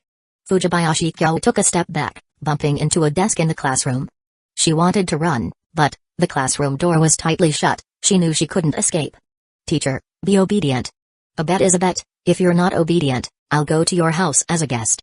In an instant, all thoughts in Fujibayashi Kyo's mind vanished, completely disappeared. Don't go to my house. She slumped into a chair, her whole body weak. Do whatever you want to me, but please don't hurt my sister Ryo. The pale little boy looked at Fujibayashi Kyo, a trace of emotion stirred in his heart, but it quickly disappeared. Teacher, it's just 2 or 3 days over there, you won't be in danger of your life. A glimmer of hope emerged in Fujibayashi Kyo, her eyes flickering with a hint of hope. Not dying is good, as long as she can come back alive, she can see her sister again. That's great. Fujibayashi Kyo relaxed all over. In a daze, she only felt a strong consciousness surging from the boy, her brain hurt for a moment, and she lost consciousness, falling into a dark slumber. Fujibayashi Kyo's figure quickly disappeared from the classroom. I'm sorry. A voice of apology echoed. Lin Yi headed to the train station, took out his phone, and looked at the time displayed on it. It's almost 5 o'clock. He estimated that by the time he arrived at Chiba Elementary School, there would probably be no teachers or students left. Lin Yi boarded the train, took the elevator to the nearest station to Chiba Elementary School, got off, and headed to the restroom inside the station. Rustling. Lin Yi took off his Subu High School uniform and changed into the casual clothes he had specially brought in his backpack today. In no time, he changed into an inconspicuous black sportswear. He jumped a bit, feeling the rebound from the sports shoes. Lin Yi felt in good condition. Let's go. After changing, Lin Yi walked out of the restroom, determined the direction of Chiba Elementary School, and walked step by step. At this moment, the sky was a patch of red, the orange-red light of the sunset spilled over, rendering the earth with a warm hue. On the street, vehicles came and went, occasionally a few pedestrians walked by, some were middle-aged men in suits, others were housewives carrying bags full of vegetables and fruits. Lin Yi also saw some middle school students playing with a basketball. He checked the electronic map on his phone, getting closer and closer to Chiba Elementary School. Turning the corner, Lin Yi suddenly stopped. A uniformed elementary school girl was walking over with her head down, completely unaware of the situation ahead. If he hadn't stopped and avoided in time, she would have definitely bumped into him. Little girl. Look ahead when you walk in the future, okay? Lin Yi kindly reminded. At this moment, the elementary school girl raised her head, and a delicate face came into Lin Yi's view. It's you. Tsurumi-chan. Rumi Tsurumi, Lin Yi was surprised. Could this girl be attending Chiba Elementary School? Lin Yi recalled, it seemed that the original work mentioned it was Chiba Elementary School. Lin Yi? Rumi Tsurumi heard the familiar voice and looked up to see the man's face, immediately recognizing who he was. Some time ago, when she was attacked by a Tosa dog and was scared stiff, it was Lin Yi who stepped forward to save her and took her home. A good person. Call me Big Brother, it's not polite to call me by my name directly. Alright, be careful in the future, don't walk with your head down, what if you bump into a big dog? She nodded. Hurry home. Be safe on the way, don't let your parents worry. Lin Yi smiled and waved, preparing to leave, but Rumi Tsurumi's voice came, Lin. Big Brother, what are you doing here? My friend works nearby. Although he wasn't sure if Fujibayashi Kyo recognized him as a friend, he had already used her as an excuse for being a friend. Lin Yi leaned forward, hands on his knees, smiling, do you need me to take you home again? No need. Rumi Tsurumi shook her head, pulling on her backpack, I'm going home first. By the way, Tsurumi-chan, you study at Chiba Elementary School, right? Rumi Tsurumi blinked at Lin Yi. A thought popped into her head, could Lin Yi's friend be working at Chiba Elementary School? Has anything strange or unusual happened at your school recently? I heard from my friend that Chiba Elementary School has been a bit off lately. This made Rumi Tsurumi subconsciously doubt Lin Yi's intentions. Could Lin Yi have come to Chiba Elementary School on purpose? But that would be too much of a coincidence. This was the strong thought in the little girl's mind. I've heard from classmates that there's a ghost in our school. A ghost. Haha, isn't that just your classmates trying to scare you? Rumi Tsurumi suddenly felt that maybe she was overthinking, this person clearly didn't seem like someone who believed in ghosts, so how could he have come to Chiba Elementary School on purpose? Believe it or not, there's something strange in our school. Ha ha ha. In Lin Yi's view, if the anomaly at Chiba Elementary School was very dangerous, then the school should be engulfed in an inexplicable shadow of death and fear, and the school should be closed, not operating normally with teachers and students coming and going. This indicated that the anomaly at the school currently had a minor impact, within controllable limits. Rumi Tsurumi, seeing Lin Yi's mocking disbelief, didn't argue further. Those not involved with Chiba Elementary School, who hadn't experienced the anomaly, wouldn't believe her words. She almost thought Lin Yi had came to Chiba Elementary School specifically to deal with the anomaly. Goodbye, Big Brother. Rumi Tsurumi said goodbye, her voice somewhat cold. Lin Yi watched the girl disappear around the corner, his expression returning to calm. Even if there's a big commotion, it won't be linked to me. Lin Yi muttered to himself and then set off. A few minutes later, he arrived at Chiba Elementary School, where the twilight cast a strangely desolate and cold atmosphere over the school. Lin Yi didn't enter immediately but walked around the perimeter of Chiba Elementary School. After a full circle, he did not find anyone inside the school, nor did he see anything particularly unusual. I can only go in and take a look. Lin Yi looked at the open gate of the elementary school, thought for a moment, and then walked straight in. Still bathed in the twilight, Lin Yi did not feel any changes. He walked alone in this elementary school where no other figures could be seen. The sound of his footsteps, tap, tap, tap, was exceptionally clear. Lin Yi suppressed his emotions, his eyes darting around to observe, occasionally even using his X-ray vision ability to look inside the buildings. But he found nothing, no strange entities at all. And there was no prompt from the eerie game either. No eerie presence? Or is the eerie being aware of the danger and not daring to come out? Or perhaps it was hiding somewhere, secretly watching him? Lin Yi wondered if it was a matter of timing. Could it be that the eerie would only appear after nightfall? If so, there might be no chance to find the eerie today. After one round, Lin Yi found no issues, nor any useful clues. He went inside and even knocked on the classroom doors. But there was no response. If the eerie doesn't show up, how can he deal with it? Lin Yi felt a headache coming on. No wonder it's said to take 10 days. It must take a lot of time to find the eerie before you can solve it. And this method is the biggest challenge. After 2 rounds, seeing that he still hadn't found any trace, Lin Yi had no choice but to temporarily give up. He had a date with Nanny's Ren tonight, so he should go meet the girl first. As he walked out of the Chiba school gate, Lin Yi turned around, ready to head to the train station along the road, but he saw the little girl, Rumi Tsurumi, who should have already gone home. Little Tsurumi, you haven't gone back? Lin Yi greeted her proactively, but in his heart, he was already on high alert. Could this little girl be a transformation of the eerie? If so, that would be quite cunning. This eerie has intelligence. Big brother, why did you come to our elementary school? Facing the girl's counter-question, Lin Yi maintained his smile. My friend is a teacher at this school. Rumi Tsurumi fell silent, unsure how to verify the truth of Lin Yi's words. Big brother, your friend's name? She inquired, her eyes clearly indicating that she knew all the teachers' names at their school, and if he lied, she would know. This confidence reminded Lin Yi of his elementary school self in his past life. Back then, he really couldn't remember all the teachers' names. Little Tsurumi, do you think I went to the school to steal? Have you ever seen a thief come out empty-handed? Lin Yi spread his hands. Big brother must have another purpose. Since Big brother is unwilling to say, then I can only call the police. You're so young, yet you've learned to threaten people with calling the police. That's not a good habit. I'm really worried about your character when you grow up. This made Rumi Tsurumi instinctively take a step back. Fujibayashi Kyo? Lin Yi took out his phone, opened the contact list, and found Fujibayashi Kyo's page. Look, Fujibayashi Kyo's contact number. If you know it, you should recognize that this is her number. Rumi Tsurumi did not have Fujibayashi Kyo's contact information, but Lin Yi's proactive presentation of evidence basically confirmed that what he said was true. You came to find Fujibayashi-sensei? Sort of. You won't find her, she's not here anymore. She was taken to another world by the eerie. Lin Yi was stunned, wondering if he had just heard something unbelievable.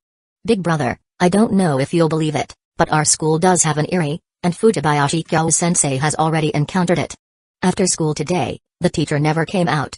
I've been waiting outside the school gate and haven't seen her come out, so it's basically confirmed that she was taken away.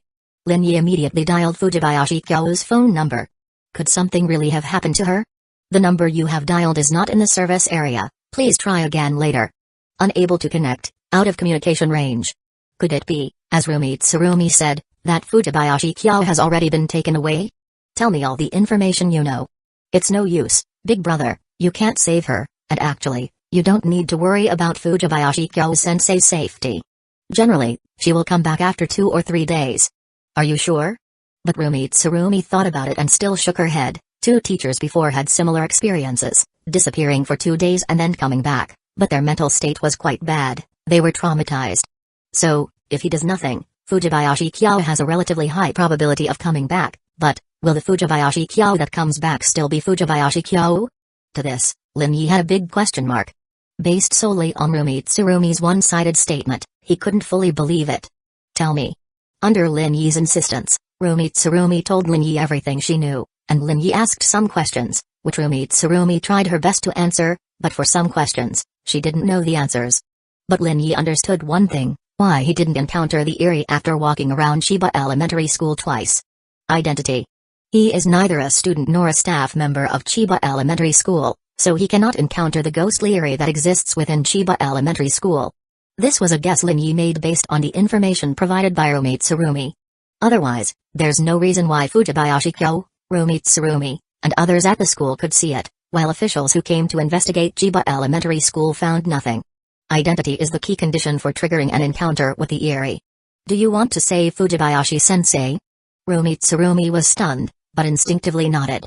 This seemingly cold and introverted little girl actually has a warm heart, otherwise she wouldn't have waited outside the school gate for a long time, nor would she have realized that Fujibayashi Kyo was taken to another world and felt so upset that she didn't even look ahead while walking.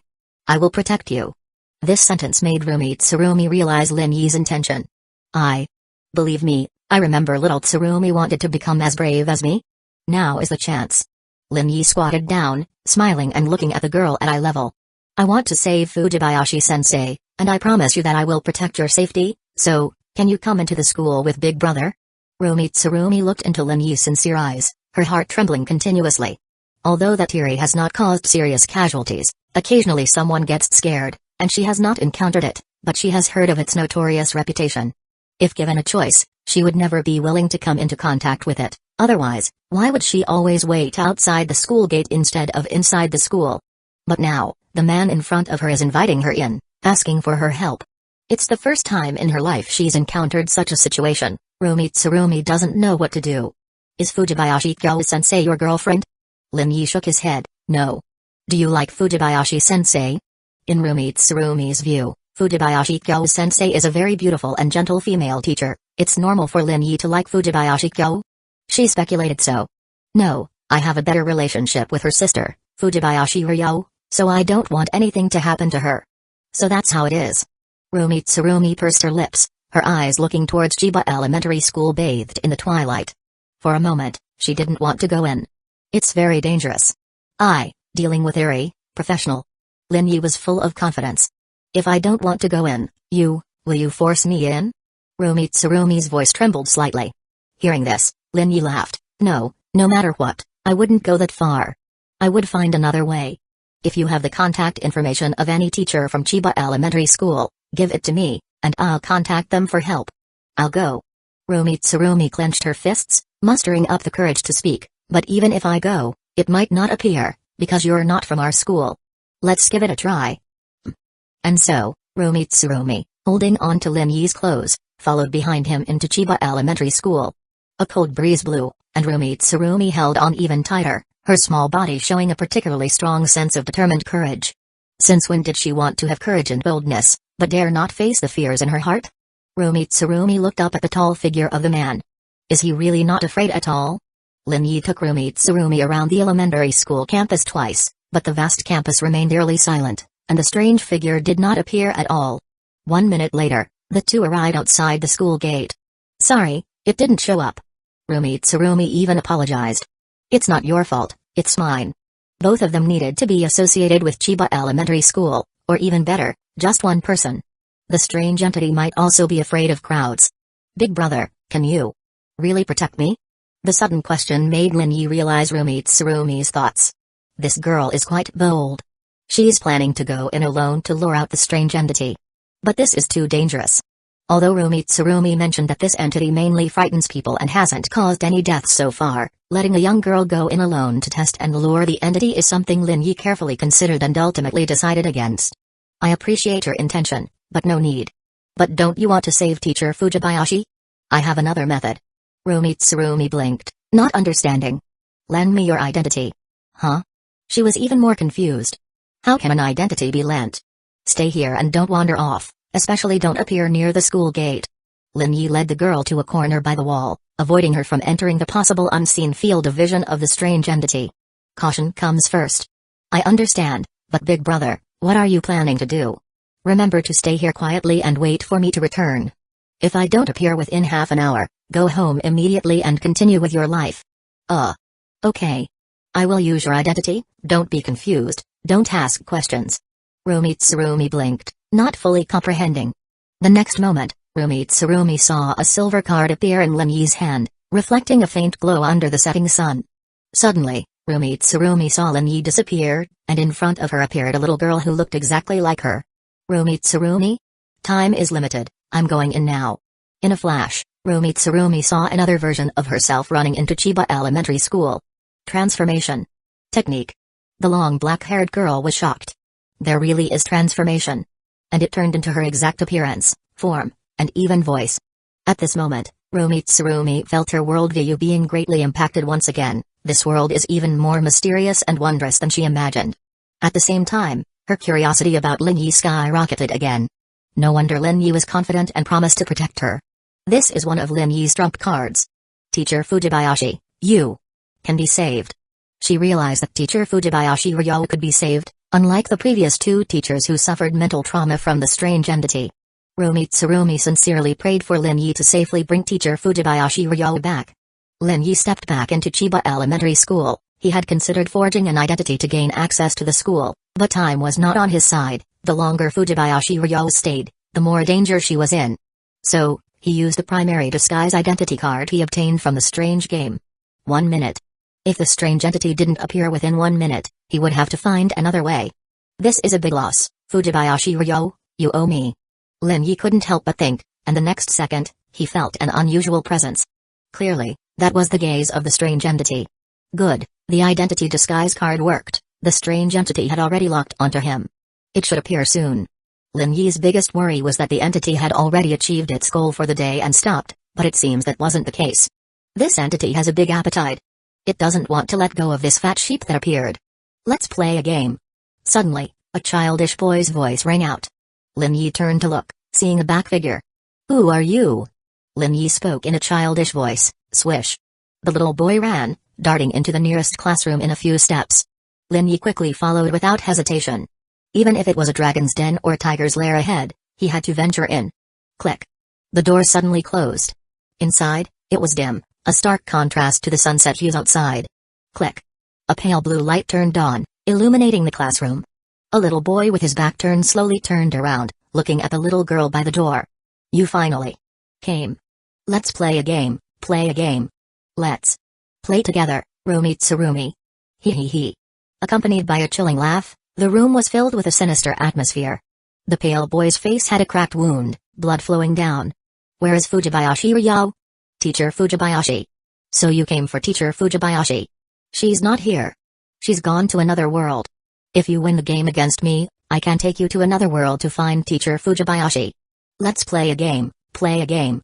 The boy's smile grew wider. The man outside can't come in. He can't enter here, no one can. Can't I get out? Win the game against me and you can get out. If you don't win, you can't get out, no one can get out. What about you? Huh? The boy instinctively expressed confusion. The strange voice's confusion sounded even more abnormal. The next moment, the strange entity saw the little girl transform into a tall man. Pale little boy. What's going on? What happened? You are a strange game player. This man is indeed a strange game player. The pale boy's emotions changed. Don't you think it's a bit late to realize now? Let's play a game. Sure, the game is chosen by me. No, I decide, we'll play. Guess which hand has the candy? The pale boy extended both hands. Teacher Fujibayashi lost in this game. She won the first 2 games but lost in this one. If you guess correctly, I'll take you to see Teacher Fujibayashi. At this moment, the pale boy was brimming with confidence. Lin Yi only had one thought in his mind, do strange kids all like to play this game? If you lose, send her back. But he shook his head, can't do that. Whether he truly couldn't or didn't want to, it was unclear. Lin Yi realized he had no choice but to go. I hope Fujibayashi Ryo is still safe now. Chapter 118, Sister's Debt, Sister's Repayment. Facing the pale little boy's refusal, Lin Yi spoke bluntly, is it that you can't do it, or that you don't want to do it? I can't do it. He shook his head in denial. 3 days. In 3 days, the teacher will return. She won't die, so take me to see her. The little boy seemed to realize something, his eyes slowly widening, making his already prominent eyes even more noticeable. Blood vessels spread across them like a web. So, you like Teacher Fujibayashi? Lin Yi didn't explain. There was no need to explain to a supernatural entity. The rules of the game are simple. The little boy continued. Guess which hand the candy is in. Best 2 out of 3. If you guess correctly twice, I'll take you to see Teacher Fujibayashi. Guess. Left hand or right hand? Guess correctly twice, and you can see the Teacher Fujibayashi you like so much. 5. 4. Lin Yi glanced at him and said, left hand. The little boy opened his left hand. A candy lay quietly in his palm. Wow. You're amazing. You're so lucky. Teacher Fujibayashi never guessed it right even once. The little boy danced around, more excited than if he had won himself. Now. Round 2. He immediately put both hands behind his back, fumbling around for a while before bringing them back in front. Left hand or right hand? 5-second countdown. His smile was bright, but the blood from the wound on his forehead dripped down his cheek. Left hand. Probably not.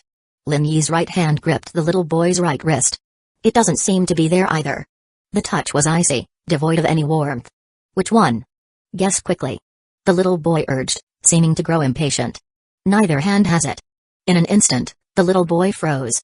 Open both hands. A liquid dripped from his forehead, blood, or perhaps sweat. Under the pale white light, the little boy slowly opened his left hand. It was empty. Then, he began to open his right hand. At that moment, a smile spread across his face. It's in the right. But as he opened his hand, he realized the candy he had just placed in his right hand was gone, vanished without a trace. Neither hand has it, right? Lin Yi asked with a smile. You. The little boy was about to accuse him, but Lin Yi's voice cut him off. So, guess where the candy is now? The little boy was drenched in sweat. This guy. He's really troublesome. Lin Yi released the little boy's hand and stared coldly at him. Take me to see her. Click. The classroom door opened.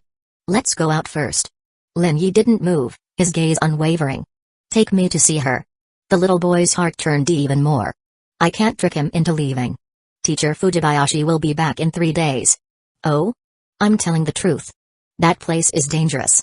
Even if you're a supernatural player, there's a high chance you'll die there. He put on a concerned expression, as if genuinely worried for Lin Yi's safety. One last time. Take me to see her. Take me to see Kyowa Fujibayashi. Lin Yi's words were firm, without a hint of hesitation. Supernatural entities also had to follow rules. They could set traps, deceive with words, and mislead, but they could never break the rules. Violating the rules would result in backlash. Don't blame me if you die. The pale little boy cursed under his breath, then reached into his small black backpack. After rummaging around for a while, he pulled out a ticket. Rip. He handed it to Lin Yi. Here, hold on to it. After this, I'll take you to Tenmaki Elementary. Lin Yi took it. The supernatural game interface displayed relevant information. Visit ticket, subticket, Tenmaki Elementary, type, item, supernatural object derivative, ability. Using this ticket will allow entry into the otherworldly Tenmaki Elementary. Activity time is 2 hours. This item is a one-time use item. A supernatural object derivative, similar to the movie ticket for elite high school. Using the subticket allowed entry to a specified location. Where's the main ticket? There isn't one. The little boy explained, this is a ticket the teacher gave us to invite people willing to visit Tenmaki Elementary. So far, you're the only one who's willing to go. Didn't you use a visit ticket to take Kyowa Fujibayashi away? She lost the game, so I could send her directly to Tenmaki Elementary. There was clearly a difference between the two, likely the distinction between a captive and a guest, or even a visitor. You can still back out now. The little boy warned. But Lin Yi's calm expression gave him the answer. He took Lin Yi's hand. A moment later, a prompt appeared before Lin Yi's eyes. Yamashita Sawa invites you to visit the otherworldly Tenmaki Elementary together. You may use the visit ticket to accompany him. Do you accept the invitation and proceed? Accept. With the supernatural game reminder, there was some assurance. But what if it were an ordinary person? Would they still be able to guarantee entry to Tenmaki Elementary? In the next moment, Lin Yi's vision shifted. His body felt weightless, and with a snap, he passed through a thin barrier, entering another world. The next second, Lin Yi felt his feet touch solid ground. His eyes focused, and the scenery ahead gradually became clear. The words Tenmaki Elementary came into view. Lin Yi took a breath, feeling the turbid air, and realized he had once again entered the other world. This way. The little boy, named Yamashita Sawa, was already inside the school gate. Lin Yi observed his surroundings before following. For now, he would follow. Meeting Kyowa Fujibayashi shouldn't be a problem. The real issue was how to get her out of here. Where is Kyowa Fujibayashi? People who are sent here usually end up in the infirmary. The infirmary? Not the faculty office or a classroom, but the infirmary? Lin Yi pondered for a moment. Tap, tap, tap. The little boy led the way, his footsteps echoing. Lin Yi followed, maintaining a 2-meter distance. Tenmuk Elementary wasn't much different from a typical elementary school. The buildings had a standard school design, with a gray, overcast sky. The structures and pathways were shrouded in a gloomy atmosphere. The occasional flickering lights added an eerie touch. But for Lin Yi, who had been to elite high school, the atmosphere didn't feel much different. The environment didn't affect him. The little boy crossed the front courtyard. Suddenly, 2 figures ran out. A boy and a girl. The boy's eyes were pitch black, deep and devoid of pupils. The girl seemed normal at first glance, but when she opened her mouth, a second mouth was revealed. But this slight anomaly didn't stir much emotion in Lin Yi. The 2 children ran toward him. Lin Yi remained calm but mentally prepared himself for danger. As a human in this place, he could be attacked by supernatural entities at any moment. A few seconds later, the 2 children approached. Their playful running stopped as they stood in front of the pale little boy. Yamashita, you're back? Yeah. Where's the teacher? She didn't come back. The little boy seemed to let out a sigh of relief. Clearly, facing that teacher was a source of immense pressure for him, and he didn't want to deal with her. The 2 children quickly turned their attention to Lin Yi. Is he a human? Did you invite him, Yamashita? Facing the questions from his companions, the little boy grinned and said, I tricked him into coming. In an instant, the atmosphere changed. Lin Yi immediately bolted. There was a big difference between being invited and being tricked. If the little boy had said he was invited, Lin Yi would still be considered a guest here, and the other 2 children might not have immediately resorted to violence. But being tricked was a different story. Roar. Growl. In that moment, the quiet campus was filled with loud, chaotic noises. The boy with black eyes transformed, sprouting 2 additional arms from his back. The sound of his hands clapping, dong dong, seemed to announce his newfound strength. Meanwhile, the little girl's long tongue shot out from her second mouth and quickly retracted. He's a supernatural player. His soul is stronger. If we offer him to the teacher, she'll definitely be happy. In truth, the pale little boy didn't need to say anything. The other 2 already knew what they had to do. Capturing this human and offering him to the teacher was their goal. Especially since the pale little boy knew that he had failed in the game and brought a human into Tenmuk Elementary. If he didn't capture this supernatural player, the teacher would surely scold him harshly and punish him severely. Just the thought of the teacher's punishment made the little boy shake his head vigorously. Thud. A tongue lashed out toward Lin Yi, who dodged with a sharp turn. Crack. The wall behind him splintered. The destructive power was no joke. Lin Yi ran as fast as he could while simultaneously observing his surroundings. The infirmary. Where was the infirmary? After running for a while and causing such a commotion, Lin Yi still hadn't seen any other supernatural entities. He tentatively concluded that there were only these 3 supernatural beings in Tenmuk Elementary for now. 3 was already enough to surround him. Suddenly, Lin Yi spotted a familiar figure ahead, the pale little boy. You haven't taken me to Sikawa Fujibayashi yet. Teacher Fujibayashi is in the school. I've already brought you here to find her. Just come quietly, and I'll take you to her. Lin Yi chuckled. He turned and ran in another direction, only to find the 4-armed boy blocking his path. Lin Yi was now surrounded from 3 sides. Don't worry. You won't die. Stop resisting. You can't escape. The 3 children slowly closed in. Lin Yi looked at them and said, how about we make a deal? Let me see her first. How about you take a nap first? Clearly, the pale little boy wasn't taking any chances. With ordinary humans, they might have been more trusting, but this was a supernatural player, someone with all sorts of special abilities and tricks. They had to be thorough. Lin Yi sighed softly. Well, I was planning to keep up the act a little longer. The 3 children paused, but I guess I'll come clean, I'm actually really strong. The 3 children? The pale little boy was the first to laugh. Oh really? Show us how strong you are. But in the next second, Lin Yi disappeared. Where did he go? The little boy asked, and the other 2 children nearby were equally confused. In the blink of an eye, Lin Yi had vanished.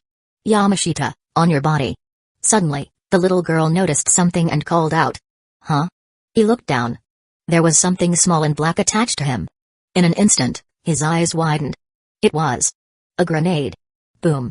A loud explosion rang out. Boom boom. 2 more followed. By then, Lin Yi was already over 30 meters away, listening to the echoes of the explosions. 3 grenades. If that doesn't kill them, or at least injure them, then I'll have to reconsider my approach. But Lin Yi didn't receive any notifications from the game. If the pale little boy had been killed or dealt with, the game should have sent a mission complete notification. But it seemed that eliminating the little boy wouldn't be so simple. My goal here is to rescue someone.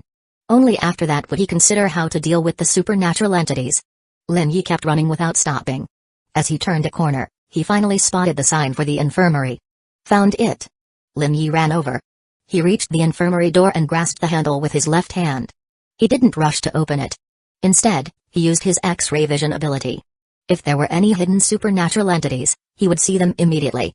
The interior of the infirmary was revealed in Lin Yi's vision. From the outside, the infirmary looked small, but the inside was surprisingly spacious, completely disproportionate to its exterior. White curtains divided the room, creating barriers around the beds. Lin Yi continued using his X-ray vision skill, but his eyes began to ache. He rubbed them with his right hand. The farther the distance and the more obstacles, the more the strain increases exponentially. It's exhausting. It was a limitation of his current level of X-ray vision. Lin Yi turned the handle with his right hand and stepped inside. At the very least, he was certain that aside from the people lying on the beds, there were no supernatural entities present. On the second-to-last bed lay Kyowa Fujibayashi. As Lin Yi walked, he pulled back the curtains, quickly scanning the other patients. Even though he was sure Kyowa Fujibayashi was on the second-to-last bed, he still checked the others, hoping to gather more clues. The people lying on the beds looked pale, occasionally frowning or changing expressions, as if trapped in nightmares. Soon, Lin Yi reached Kyowa Fujibayashi's bed. Swish. He pulled back the curtain and saw her familiar, delicate face. Fujibayashi. Fujibayashi, wake up. Calling out to her didn't work. Lin Yi considered shaking her awake but decided to test it on the person in the neighboring bed first. Wake up, wake up. But the older woman remained unconscious, showing no signs of waking. They can't be awakened. Lin Yi checked the area but found nothing unusual. He then turned his attention to Kyowa Fujibayashi, conducting a similar inspection. Again, he found nothing out of the ordinary. How could he wake her up? He had no idea. Let's get out of here first. If the three children had any brains, they would have realized by now that he came to the infirmary. They might even be waiting outside, ready to ambush him when he left. I hope that's not the case. Lin Yi reached out and grabbed Kyowa Fujibayashi, supporting her body as he prepared to carry her out. Guest. You can't do that. A calm, almost watery voice spoke up. Lin Yi immediately turned his attention to the 10th bed. With a creak of the bed frame, a figure sat up. Swish. The figure appeared. It was a woman dressed in black casual clothes. She casually took a white lab coat hanging nearby and draped it over herself. Lin Yi immediately recognized her identity, the school doctor. The school doctor smiled warmly, but her eyes were sharp and cold. You can't take my patient without my permission. She's my friend. No, you can't. The female school doctor shook her head. How am I supposed to take her away? Hearing Lin Yi's question, the female school doctor's interest peaked, her lips curling into a smile. It's simple. Just give her a shot. She didn't seem worried about Lin Yi taking Kyowa Fujibayashi away. Instead, she walked straight to a cabinet in the distance, opened it, and took out a vial and a syringe. Soon, she returned to Lin Yi's side, her expression growing even more delighted. Once the guest receives the injection and wakes up, you can take her away. Really, I promise you, there's no lie in my words. Can you trust such words? You can, but not entirely. What is this? Lin Yi looked at the reddish-purple substance inside the vial and asked. Nightmare. It's a good thing. Injecting it will give you beautiful dreams. Beautiful dreams? Looking at Kyowa Fujibayashi's current expression, it didn't seem like she was having a beautiful dream at all. Occasionally, there might be nightmares. The probability of nightmares seemed quite high. 9 people injected, 9 nightmares, that's a 100% rate. So, what will the guest choose? Leave immediately? Or take the injection and then leave with your friend? Of course, I want to take her away. But after we leave here, how do we return to reality? That's a secret. I can give you a shot. After the injection, I'll tell you. Lin Yi felt that this female school doctor probably didn't know the answer. Alright, I can take the injection, but I need you to wake my friend up first. Only then will I take it. Oh. The female school doctor stared at Lin Yi for a moment. Lin Yi spoke again, if you keep staring at me like that, I'll feel embarrassed. She was taken aback, then her smile brightened. Alright. Since the guest is so interesting, I'll make an exception. She went back and retrieved a blue reagent. Soon, the syringe was filled with the blue liquid. It's not poisonous, is it? Of course not. It's all natural and has no side effects. However, She'll still need to sleep for a while until the effects of the nightmare wear off. Lin Yi had no choice but to believe her. If she really wanted to harm Kyowa Fujibayashi, he wouldn't be able to tell. Inject her first. Lin Yi pointed to the person on a neighboring bed. You're quite a troublesome guest. But the female school doctor didn't refuse. Instead, she injected the blue liquid into the middle-aged woman on the neighboring bed. In less than 10 seconds, Lin Yi saw the woman's furrowed brows relax, and her entire body seemed to release a sense of ease. It seemed to be true. All right, now it's time to inject your friend. The female school doctor administered the injection, her movements skilled and without a hint of hesitation. Kyowa Fujibayashi's expression gradually softened, and her slightly tense body relaxed. The female school doctor turned to Lin Yi. For you, guest, I've paid a great price. So now, it's your turn to receive the injection. But seeing that Lin Yi didn't move or respond, the female school doctor's expectant expression slowly changed. Her emotions seemed to be stirred by something, and her tone grew colder and more agitated. Guest. You're not thinking of breaking our agreement, are you? Right? Breaking the agreement. Fine. I can force it, he. Her lips twisted, her beautiful eyes bulging, her gaze fixed on Lin Yi like a dead fish's. Her appearance and demeanor had completely changed. Her ferocious face grew increasingly pale, appearing extremely eerie. Lin Yi confirmed his suspicion. Without his consent, the female school doctor couldn't inject him. But once an agreement was reached, she gained the right to administer the injection. If he completely refused, she could enforce it. Rules were good. Eerie beings with rules were the easiest to deal with. Of course not. I always keep my promises. If I said I'd take the injection, I will. With those words, the female school doctor returned to her initial state, as if the grotesque transformation earlier had been an illusion. Is that so? I misunderstood you, guest. I apologize. Your apology doesn't seem very sincere. Eh? Then how can I show sincerity? By gently injecting the nightmare, of course. Seeing Lin Yi roll up his sleeve and extend his arm, the female school doctor's smile brightened. She licked her red lips, her charm eyes fixed on Lin Yi. I like this. Guest, I really like people like you. She gripped the syringe, ready to inject. But at that moment, Lin Yi grabbed her wrist, causing the female school doctor to freeze. It's my turn to inject you. Huh? In an instant, the female school doctor felt the syringe disappear from her right hand. She was startled, a surge of emotion rising within her. The next second, she saw Lin Yi holding the syringe in his right hand, thrusting it toward her. Thud. Lin Yi was pushed back. Guest, you. Injection, right? As agreed, I'll inject the nightmare, but I'll be the one injecting you. That's not what we agreed on. You misunderstood. You. The female school doctor's expression changed, her form briefly taking on a more eerie appearance. Lin Yi felt a pang of regret. His earlier miss meant he had to use time stop again. Time stop, activate. The second time stop. Everything fell into silence once more. The female school doctor was completely still. Lin Yi injected the nightmare reagent into the female school doctor's neck, then immediately picked up Kyowa Fujibayashi and moved away, ensuring he was out of reach in case the female school doctor went berserk after time resumed. In the final few seconds, Lin Yi approached the medicine cabinet and saw 2 purple nightmare reagents and a blue one. He quickly grabbed them and stuffed them into his waist pouch. 15 seconds passed quickly. Time resumed its flow. The female school doctor noticed Lin Yi was gone, and Kyowa Fujibayashi was no longer on the bed. Where? Her gaze swept across the room, quickly locking onto the farthest bed. There. Once she confirmed, her emotions surged as she took a step forward. Clang. The next second, she felt an overwhelming fatigue, waves of drowsiness washing over her. It's the nightmare. When? How? When had she been injected? Why hadn't she noticed at all? Thud. She collapsed to the ground. Lin Yi appeared in the distance, watching her. The female school doctor struggled to lift her head, her eyes filled with anger and resentment. Have a good sleep. Experience the nightmares you've inflicted on others. Finally, the female school doctor couldn't hold on any longer and closed her eyes, falling asleep. It works pretty fast. But Lin Yi didn't approach. He couldn't be sure if the female school doctor was truly asleep or just pretending to lure him closer. So, he kept his distance, not daring to get any closer. For now, let's rest here for a while. Lin Yi used his X-ray vision ability to see the 3 children outside the door. The 3 children were chatting happily, as if they were certain he was done for inside the infirmary. For Lin Yi, this was actually a good thing. Time stop needs time to cool down. Kyowa Fujibayashi needs time to wake up. And I need time to rest. Then let's rest in the school infirmary for now. Lin Yi wasn't in a hurry anymore. He tidied up a bed, letting the original user and the sleeping person next to them squeeze together on one. Kyowa Fujibayashi lay quietly, the occasional twitch of her lips seeming to indicate her satisfaction with the dream.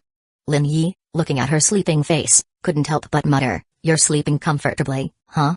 Wake up soon." Lin Yi had tried calling out to her, but Kyowa Fujibayashi wouldn't wake up. All he could do was wait patiently. "Because of you, I've suffered a huge loss this time. You'll have to compensate me properly.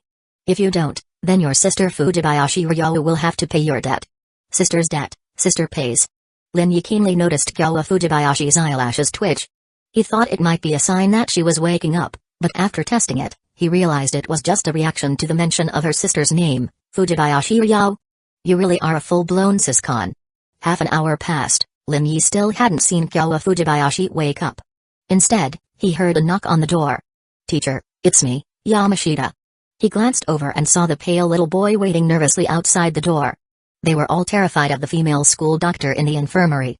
Couldn't resist coming to check on things? Well, he might as well let them in. Lin Yi walked to the door and clicked it open. The sight of the open infirmary door made the little boy tremble as he stepped inside. Thud. The boy was suddenly kicked flying. "Teacher, I'm sorry, I shouldn't have come to disturb you." The boy, now on the ground, cried out. But when he shakily looked up, he was shocked to see Lin Yi smiling at him. "Where's the teacher?" "Dead." "No way. She's dead. And you're next. Save me." Instinctively, the pale boy screamed, completely forgetting to resist or fight back.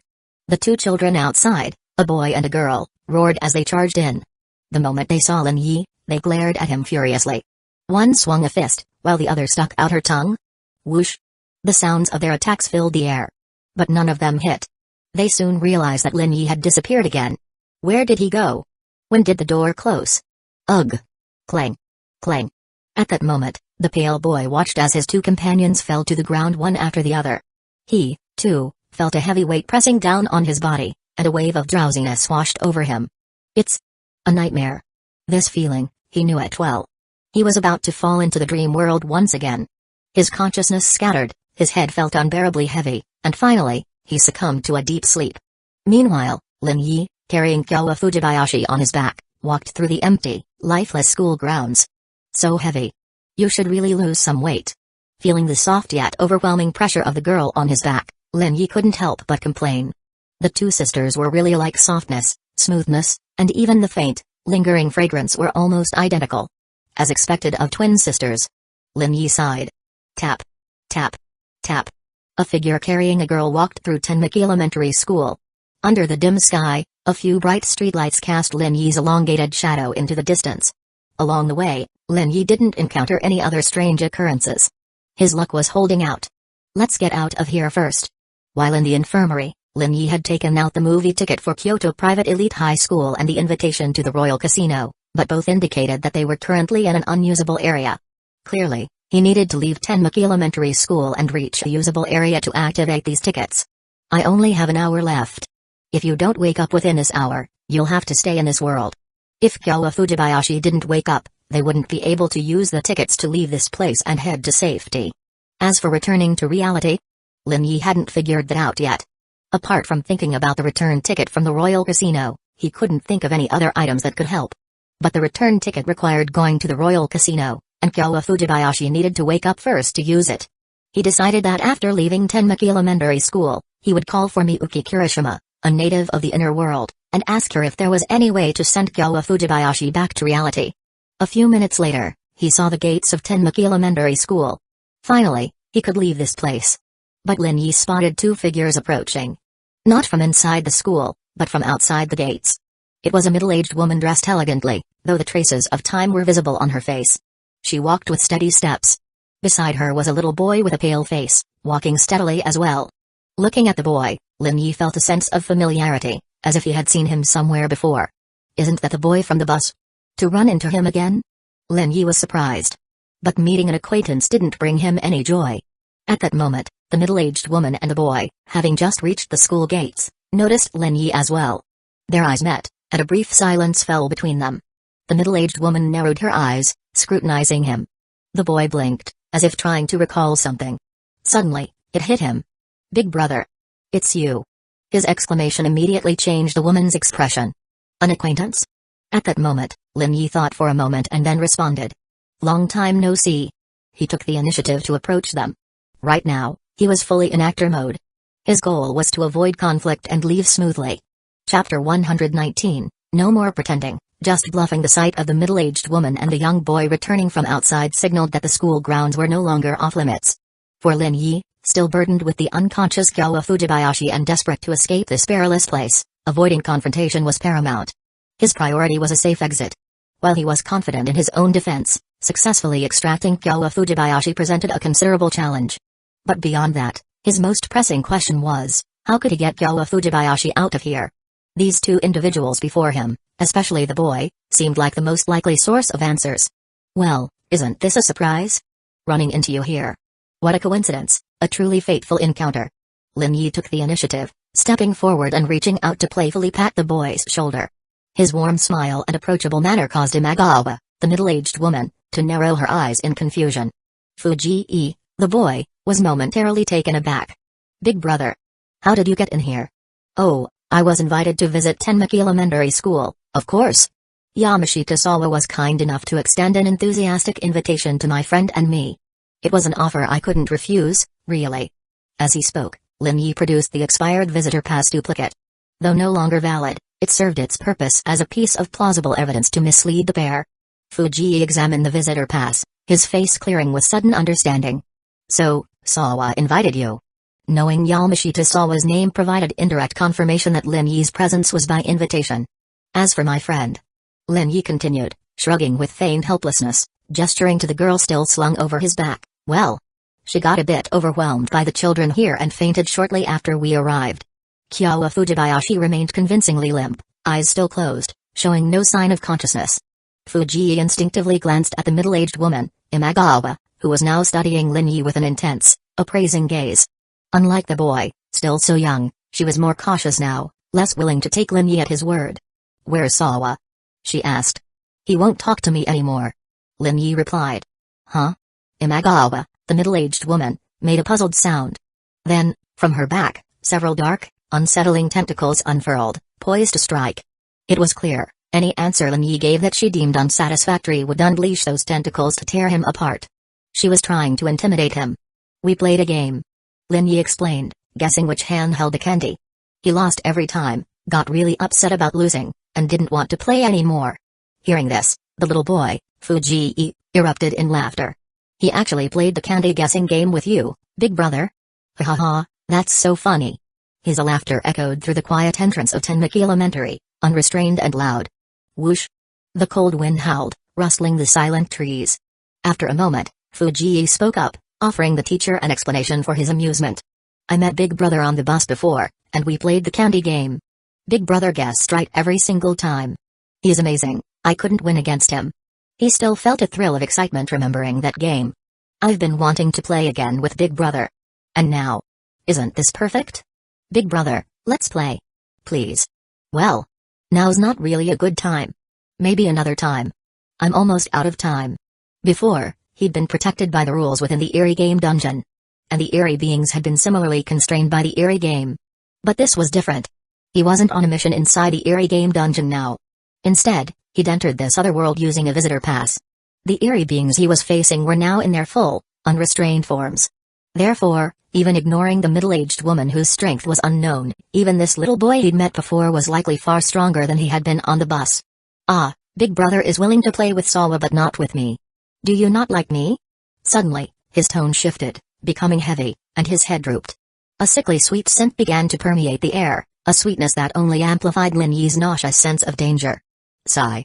Lin Yi sighed softly, letting out a long breath.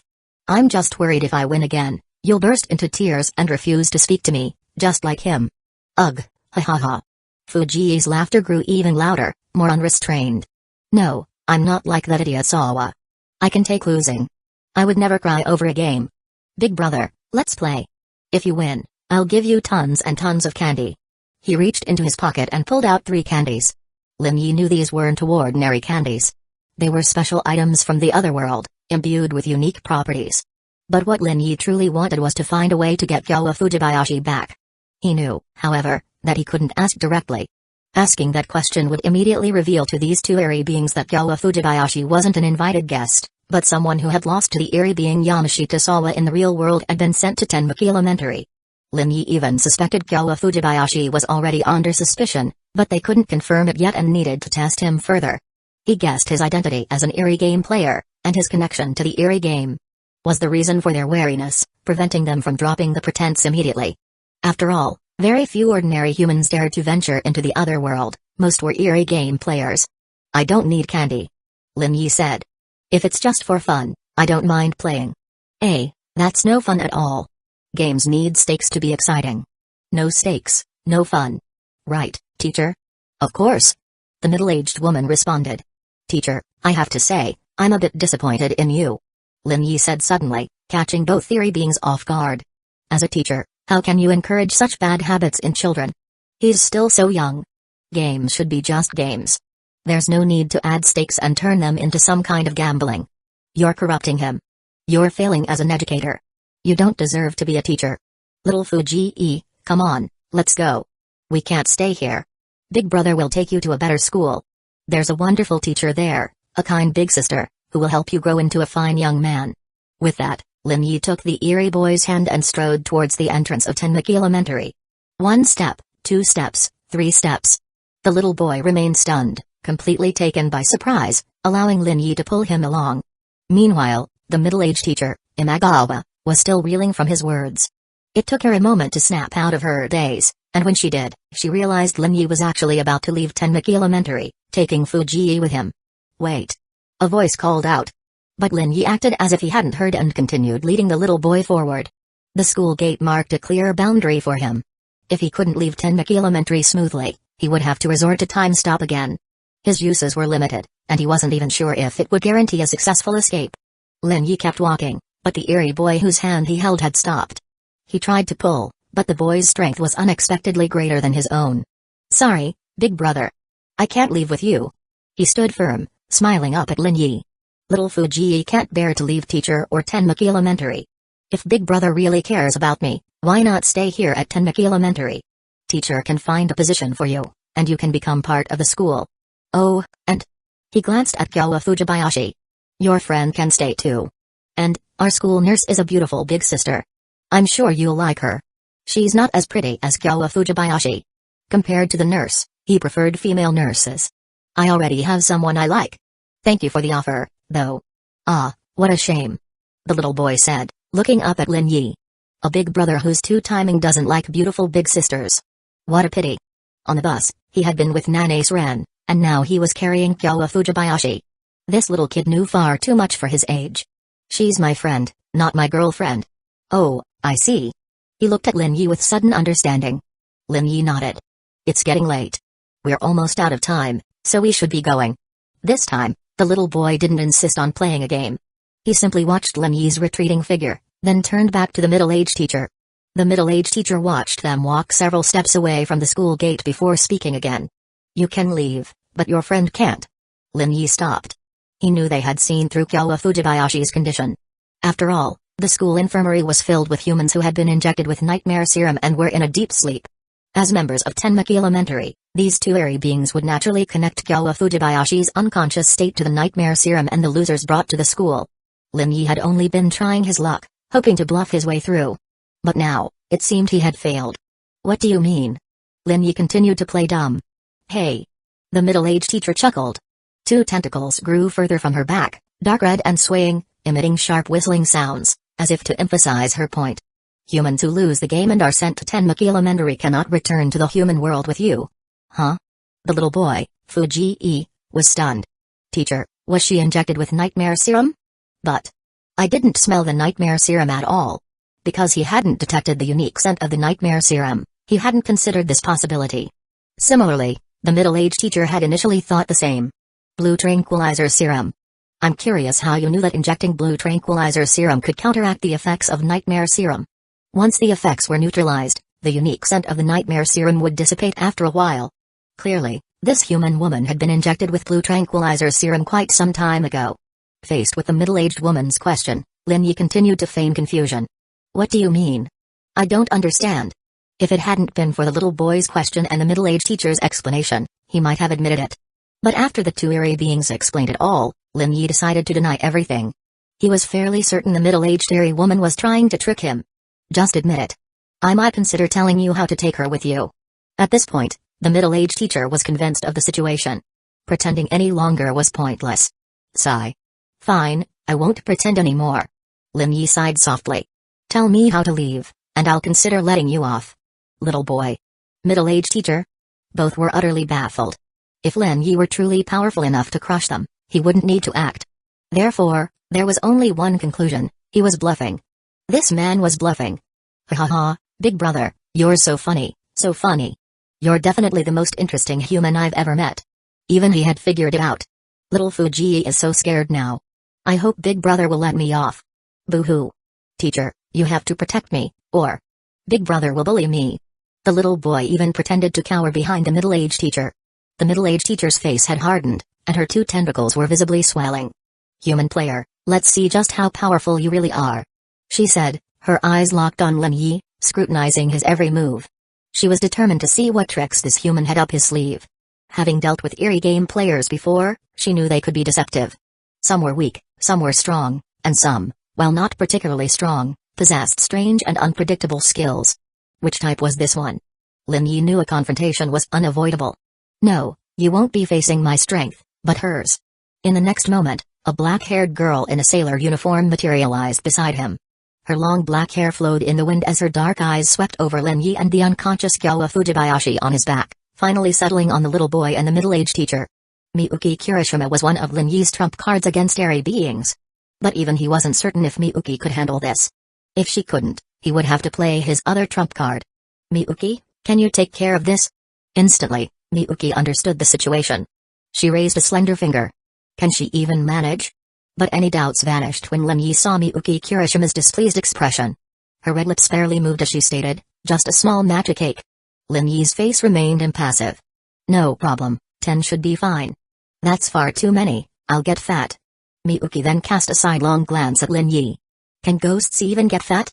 Lin Yi remained skeptical. Alright, no problem at all. Please leave the boy here. I need to ask him a few questions. It was at this moment that the middle-aged teacher and the boy finally grasped the source of Lin Yi's confidence. A female ghost, just like them. That's where his confidence comes from. The boy, staring at Miyuki's cold demeanor, swallowed hard, feeling a wave of intimidation. But the teacher's gaze only intensified with fury. Why? Why? Why are you so beautiful? She desperately tried to maintain her own appearance, yet she couldn't mask the ugliness that marred her face. The ghost before her, however, was youthful, beautiful, and radiated an undeniable allure. It was everything she had ever yearned for, everything she craved. And this ghost possessed it all. Jealousy and rage intertwined, causing her form to contort rapidly. Roar! Roar! Her fury echoed in earth-shattering roars that filled the sky. The teacher's frenzied form collided repeatedly, her twin tentacles lashing out with a deafening boom, sending debris flying in all directions. Lin Yi, displaying remarkable foresight, had already carried Gyawa Fujibayashi to safety. He was uncertain if Miyuki could subdue both the teacher and the boy within 5 minutes. Now, all he could do was place his trust in Miyuki. If she failed, he would be forced to resort to his last resort. Boom. Boom. A graceful figure with long black hair wielded her whip, the air whistling as it swished, swished, swished, striking the teacher's colossal form. Thud. Whip met tentacle in a resounding impact. It was now clear. Lin Yi keenly sensed that Miyuki was at a disadvantage, struggling against the teacher's oppressive power. Her fighting style was noticeably different from their encounter at the academy. This time, every movement was imbued with beauty and elegance, seemingly flawless. Could it be? Is it because she doesn't want to show her unsightly side in front of us? The thought flashed through Lin Yi's mind, and he became convinced of its truth. Miyuki harbored feelings for him, he was certain of it. The desire to conceal one's imperfections from someone they were attracted to was a common human sentiment. Even though Miyuki was a ghost, she still possessed human-like rationality and emotions. Therefore, it was only natural for her to have such considerations. This realization left Lin Yi feeling a sense of helplessness. Miyuki, don't worry about how I might feel. No matter what form you take, you will always be the beautiful, graceful, and captivating black-haired girl I know. That image is indelible. His words caused Miyuki to falter, a fleeting blush of embarrassment gracing her features. Lin Yi had seen right through her carefully guarded thoughts. Sigh. She let out a soft sigh. In the next instant, her gaze locked onto the teacher's massive form, her resolve hardening. Her long black hair transformed into countless strands, surging forward from every direction. No matter how violently the tentacles thrashed, the relentless waves of hair pressed onward. Simultaneously, delicate crimson marks appeared on Miyuki's face, and her eyes began to streak with red. Just then, Lin Yi had another thought. Hey, we took care of those students you left at the school, by the way. This statement instantly ignited the teacher's fury, her enraged gaze snapping towards Lin Yi. At that precise moment, a black gem materialized on Lin Yi's forehead. A ghostly artifact, the snake-eye orb. It was an object that induced hallucinations and instilled profound fear. Lin Yi locked eyes with the teacher, unleashing the full force of his mental power. Against an adversary of unknown mental strength, he had to commit entirely. He was even prepared to allocate his remaining free attribute points to bolster his mental defenses if necessary. Swish. The terrifying illusion instantly triggered a violent reaction from the teacher. A blood-curdling scream tore through the air. Lin Yi only managed to maintain the effect for 2 seconds. The teacher's mental fortitude was formidable, and after that brief duration, he felt a powerful backlash that severely impacted his own mind. But 2 seconds were all Miyuki needed. The teacher's escalating fear only amplified Miyuki's power. The more terror her opponent felt, the stronger she became. Swish, swish, swish. The girl's black hair erupted in a frenzy of growth, ensnaring the teacher at an astonishing speed. Strand after strand began to pierce her flesh. The teacher shrieked, her body convulsing, shrinking and then expanding in a desperate attempt to resist Miyuki's onslaught. Fuji, the boy, frantically tried to intervene, but he was no match and was instantly thrown aside. You. He suddenly considered Lin Yi. If he could seize Lin Yi, he might gain leverage over the female ghost. Big brother. Come play a game with me. He. He had only taken a couple of steps towards Lin Yi when Lin Yi's bracelet morphed into a long whip, boom. Striking the approaching boy. Swish, swish, swish. He was instantly bound. Lin Yi immediately understood that Miyuki had been vigilantly watching him, using the bracelet to strike and restrain the boy. It wasn't an action he had consciously initiated. The battle raged on, locked in a tense stalemate. Miyuki held the advantage, but it seemed that actually defeating the teacher would be a difficult task. Lin Yi chuckled softly as he walked step by step towards the bound boy. Sigh, why even bother? We're practically acquaintances. All this fighting and killing is really quite unnecessary. I didn't want to do this, but you forced my hand. Facing the boy who glared up at him, Lin Yi hardened his resolve. The boy's bloodshot eyes still burned with murderous intent. Talk. Tell me how to bring my friend out of the inner world. The boy gritted his teeth, his determined gaze unwavering, indicating he would never yield the information. You don't want your beloved teacher to die, do you? Teacher Imagawa won't lose. He glanced towards the struggle, and despite the teacher now being completely enveloped like a dumpling, his confidence remained unshaken. So sure of that, are you? I'll never tell you. Just give up. In the next instant, the boy froze. His eyes fixed on the purplish, glowing potion in Lin Yi's hand, the nightmare potion. Care to sample the exquisite taste of nightmare potion? I'm not afraid. Oh, this isn't for you. It's for your teacher. I've acquired all the soul-calming potions, and the female doctor at Tenmaki Elementary is still trapped in the nightmare woven by this very potion. Oh, and your little friends too, of course. The boy's eyes widened in dawning horror. At that moment, Lin Yi once again activated the ghostly artifact, the snake-eye orb. Under the potent influence of Lin Yi's words, the boy was plunged into a terrifying hallucination. His teacher, trapped eternally in a nightmare, a truly horrific vision. No. Tell me how to leave the inner world and return to reality. The boy gasped for air, his resolve beginning to crumble. Speak. You have 5 seconds.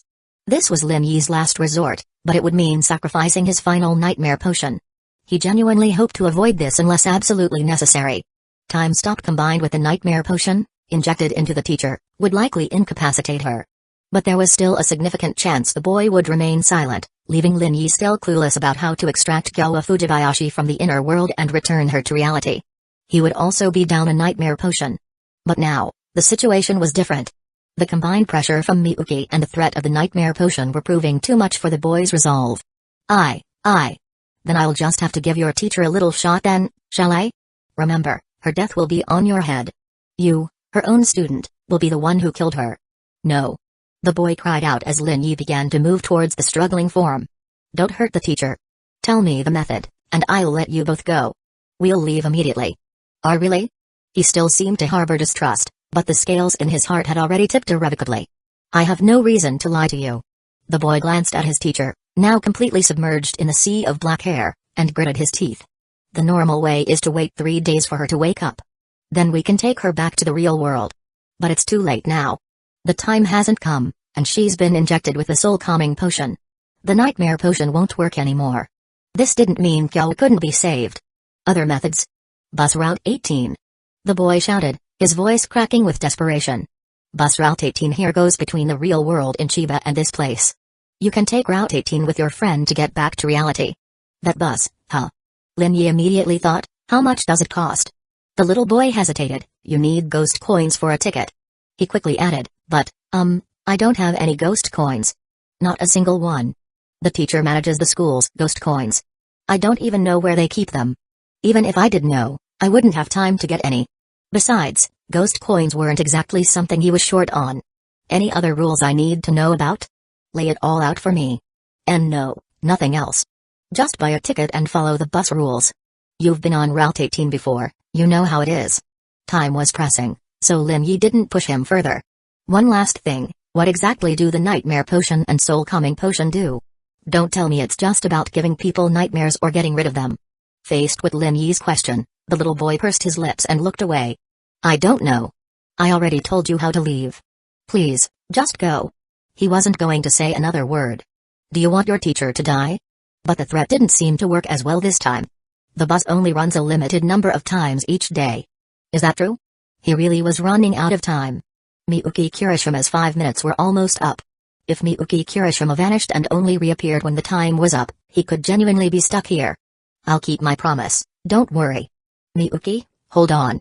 Let's go back. Hearing Lin Yi's voice, Miyuki Kirishima gave a slight nod and instantly pulled back her hair, appearing at Lin Yi's side. She kept her eyes fixed on the middle-aged teacher, though, still wary of any sudden attacks. Lin Yi, carrying Kyowa Fujibayashi on his back, looked at the little boy. Next time we meet, I expect you to tell me what those 2 potions really do. If the ghost game had an identification tool, he could have figured out the potion's effects himself. Based on what he'd learned about the ghost game so far, items not obtained during a mission or made by the ghost game itself didn't come with descriptions. But these 2 potions, especially the nightmare potion, felt instinctively like they held a significant secret. There had to be some effect he was missing.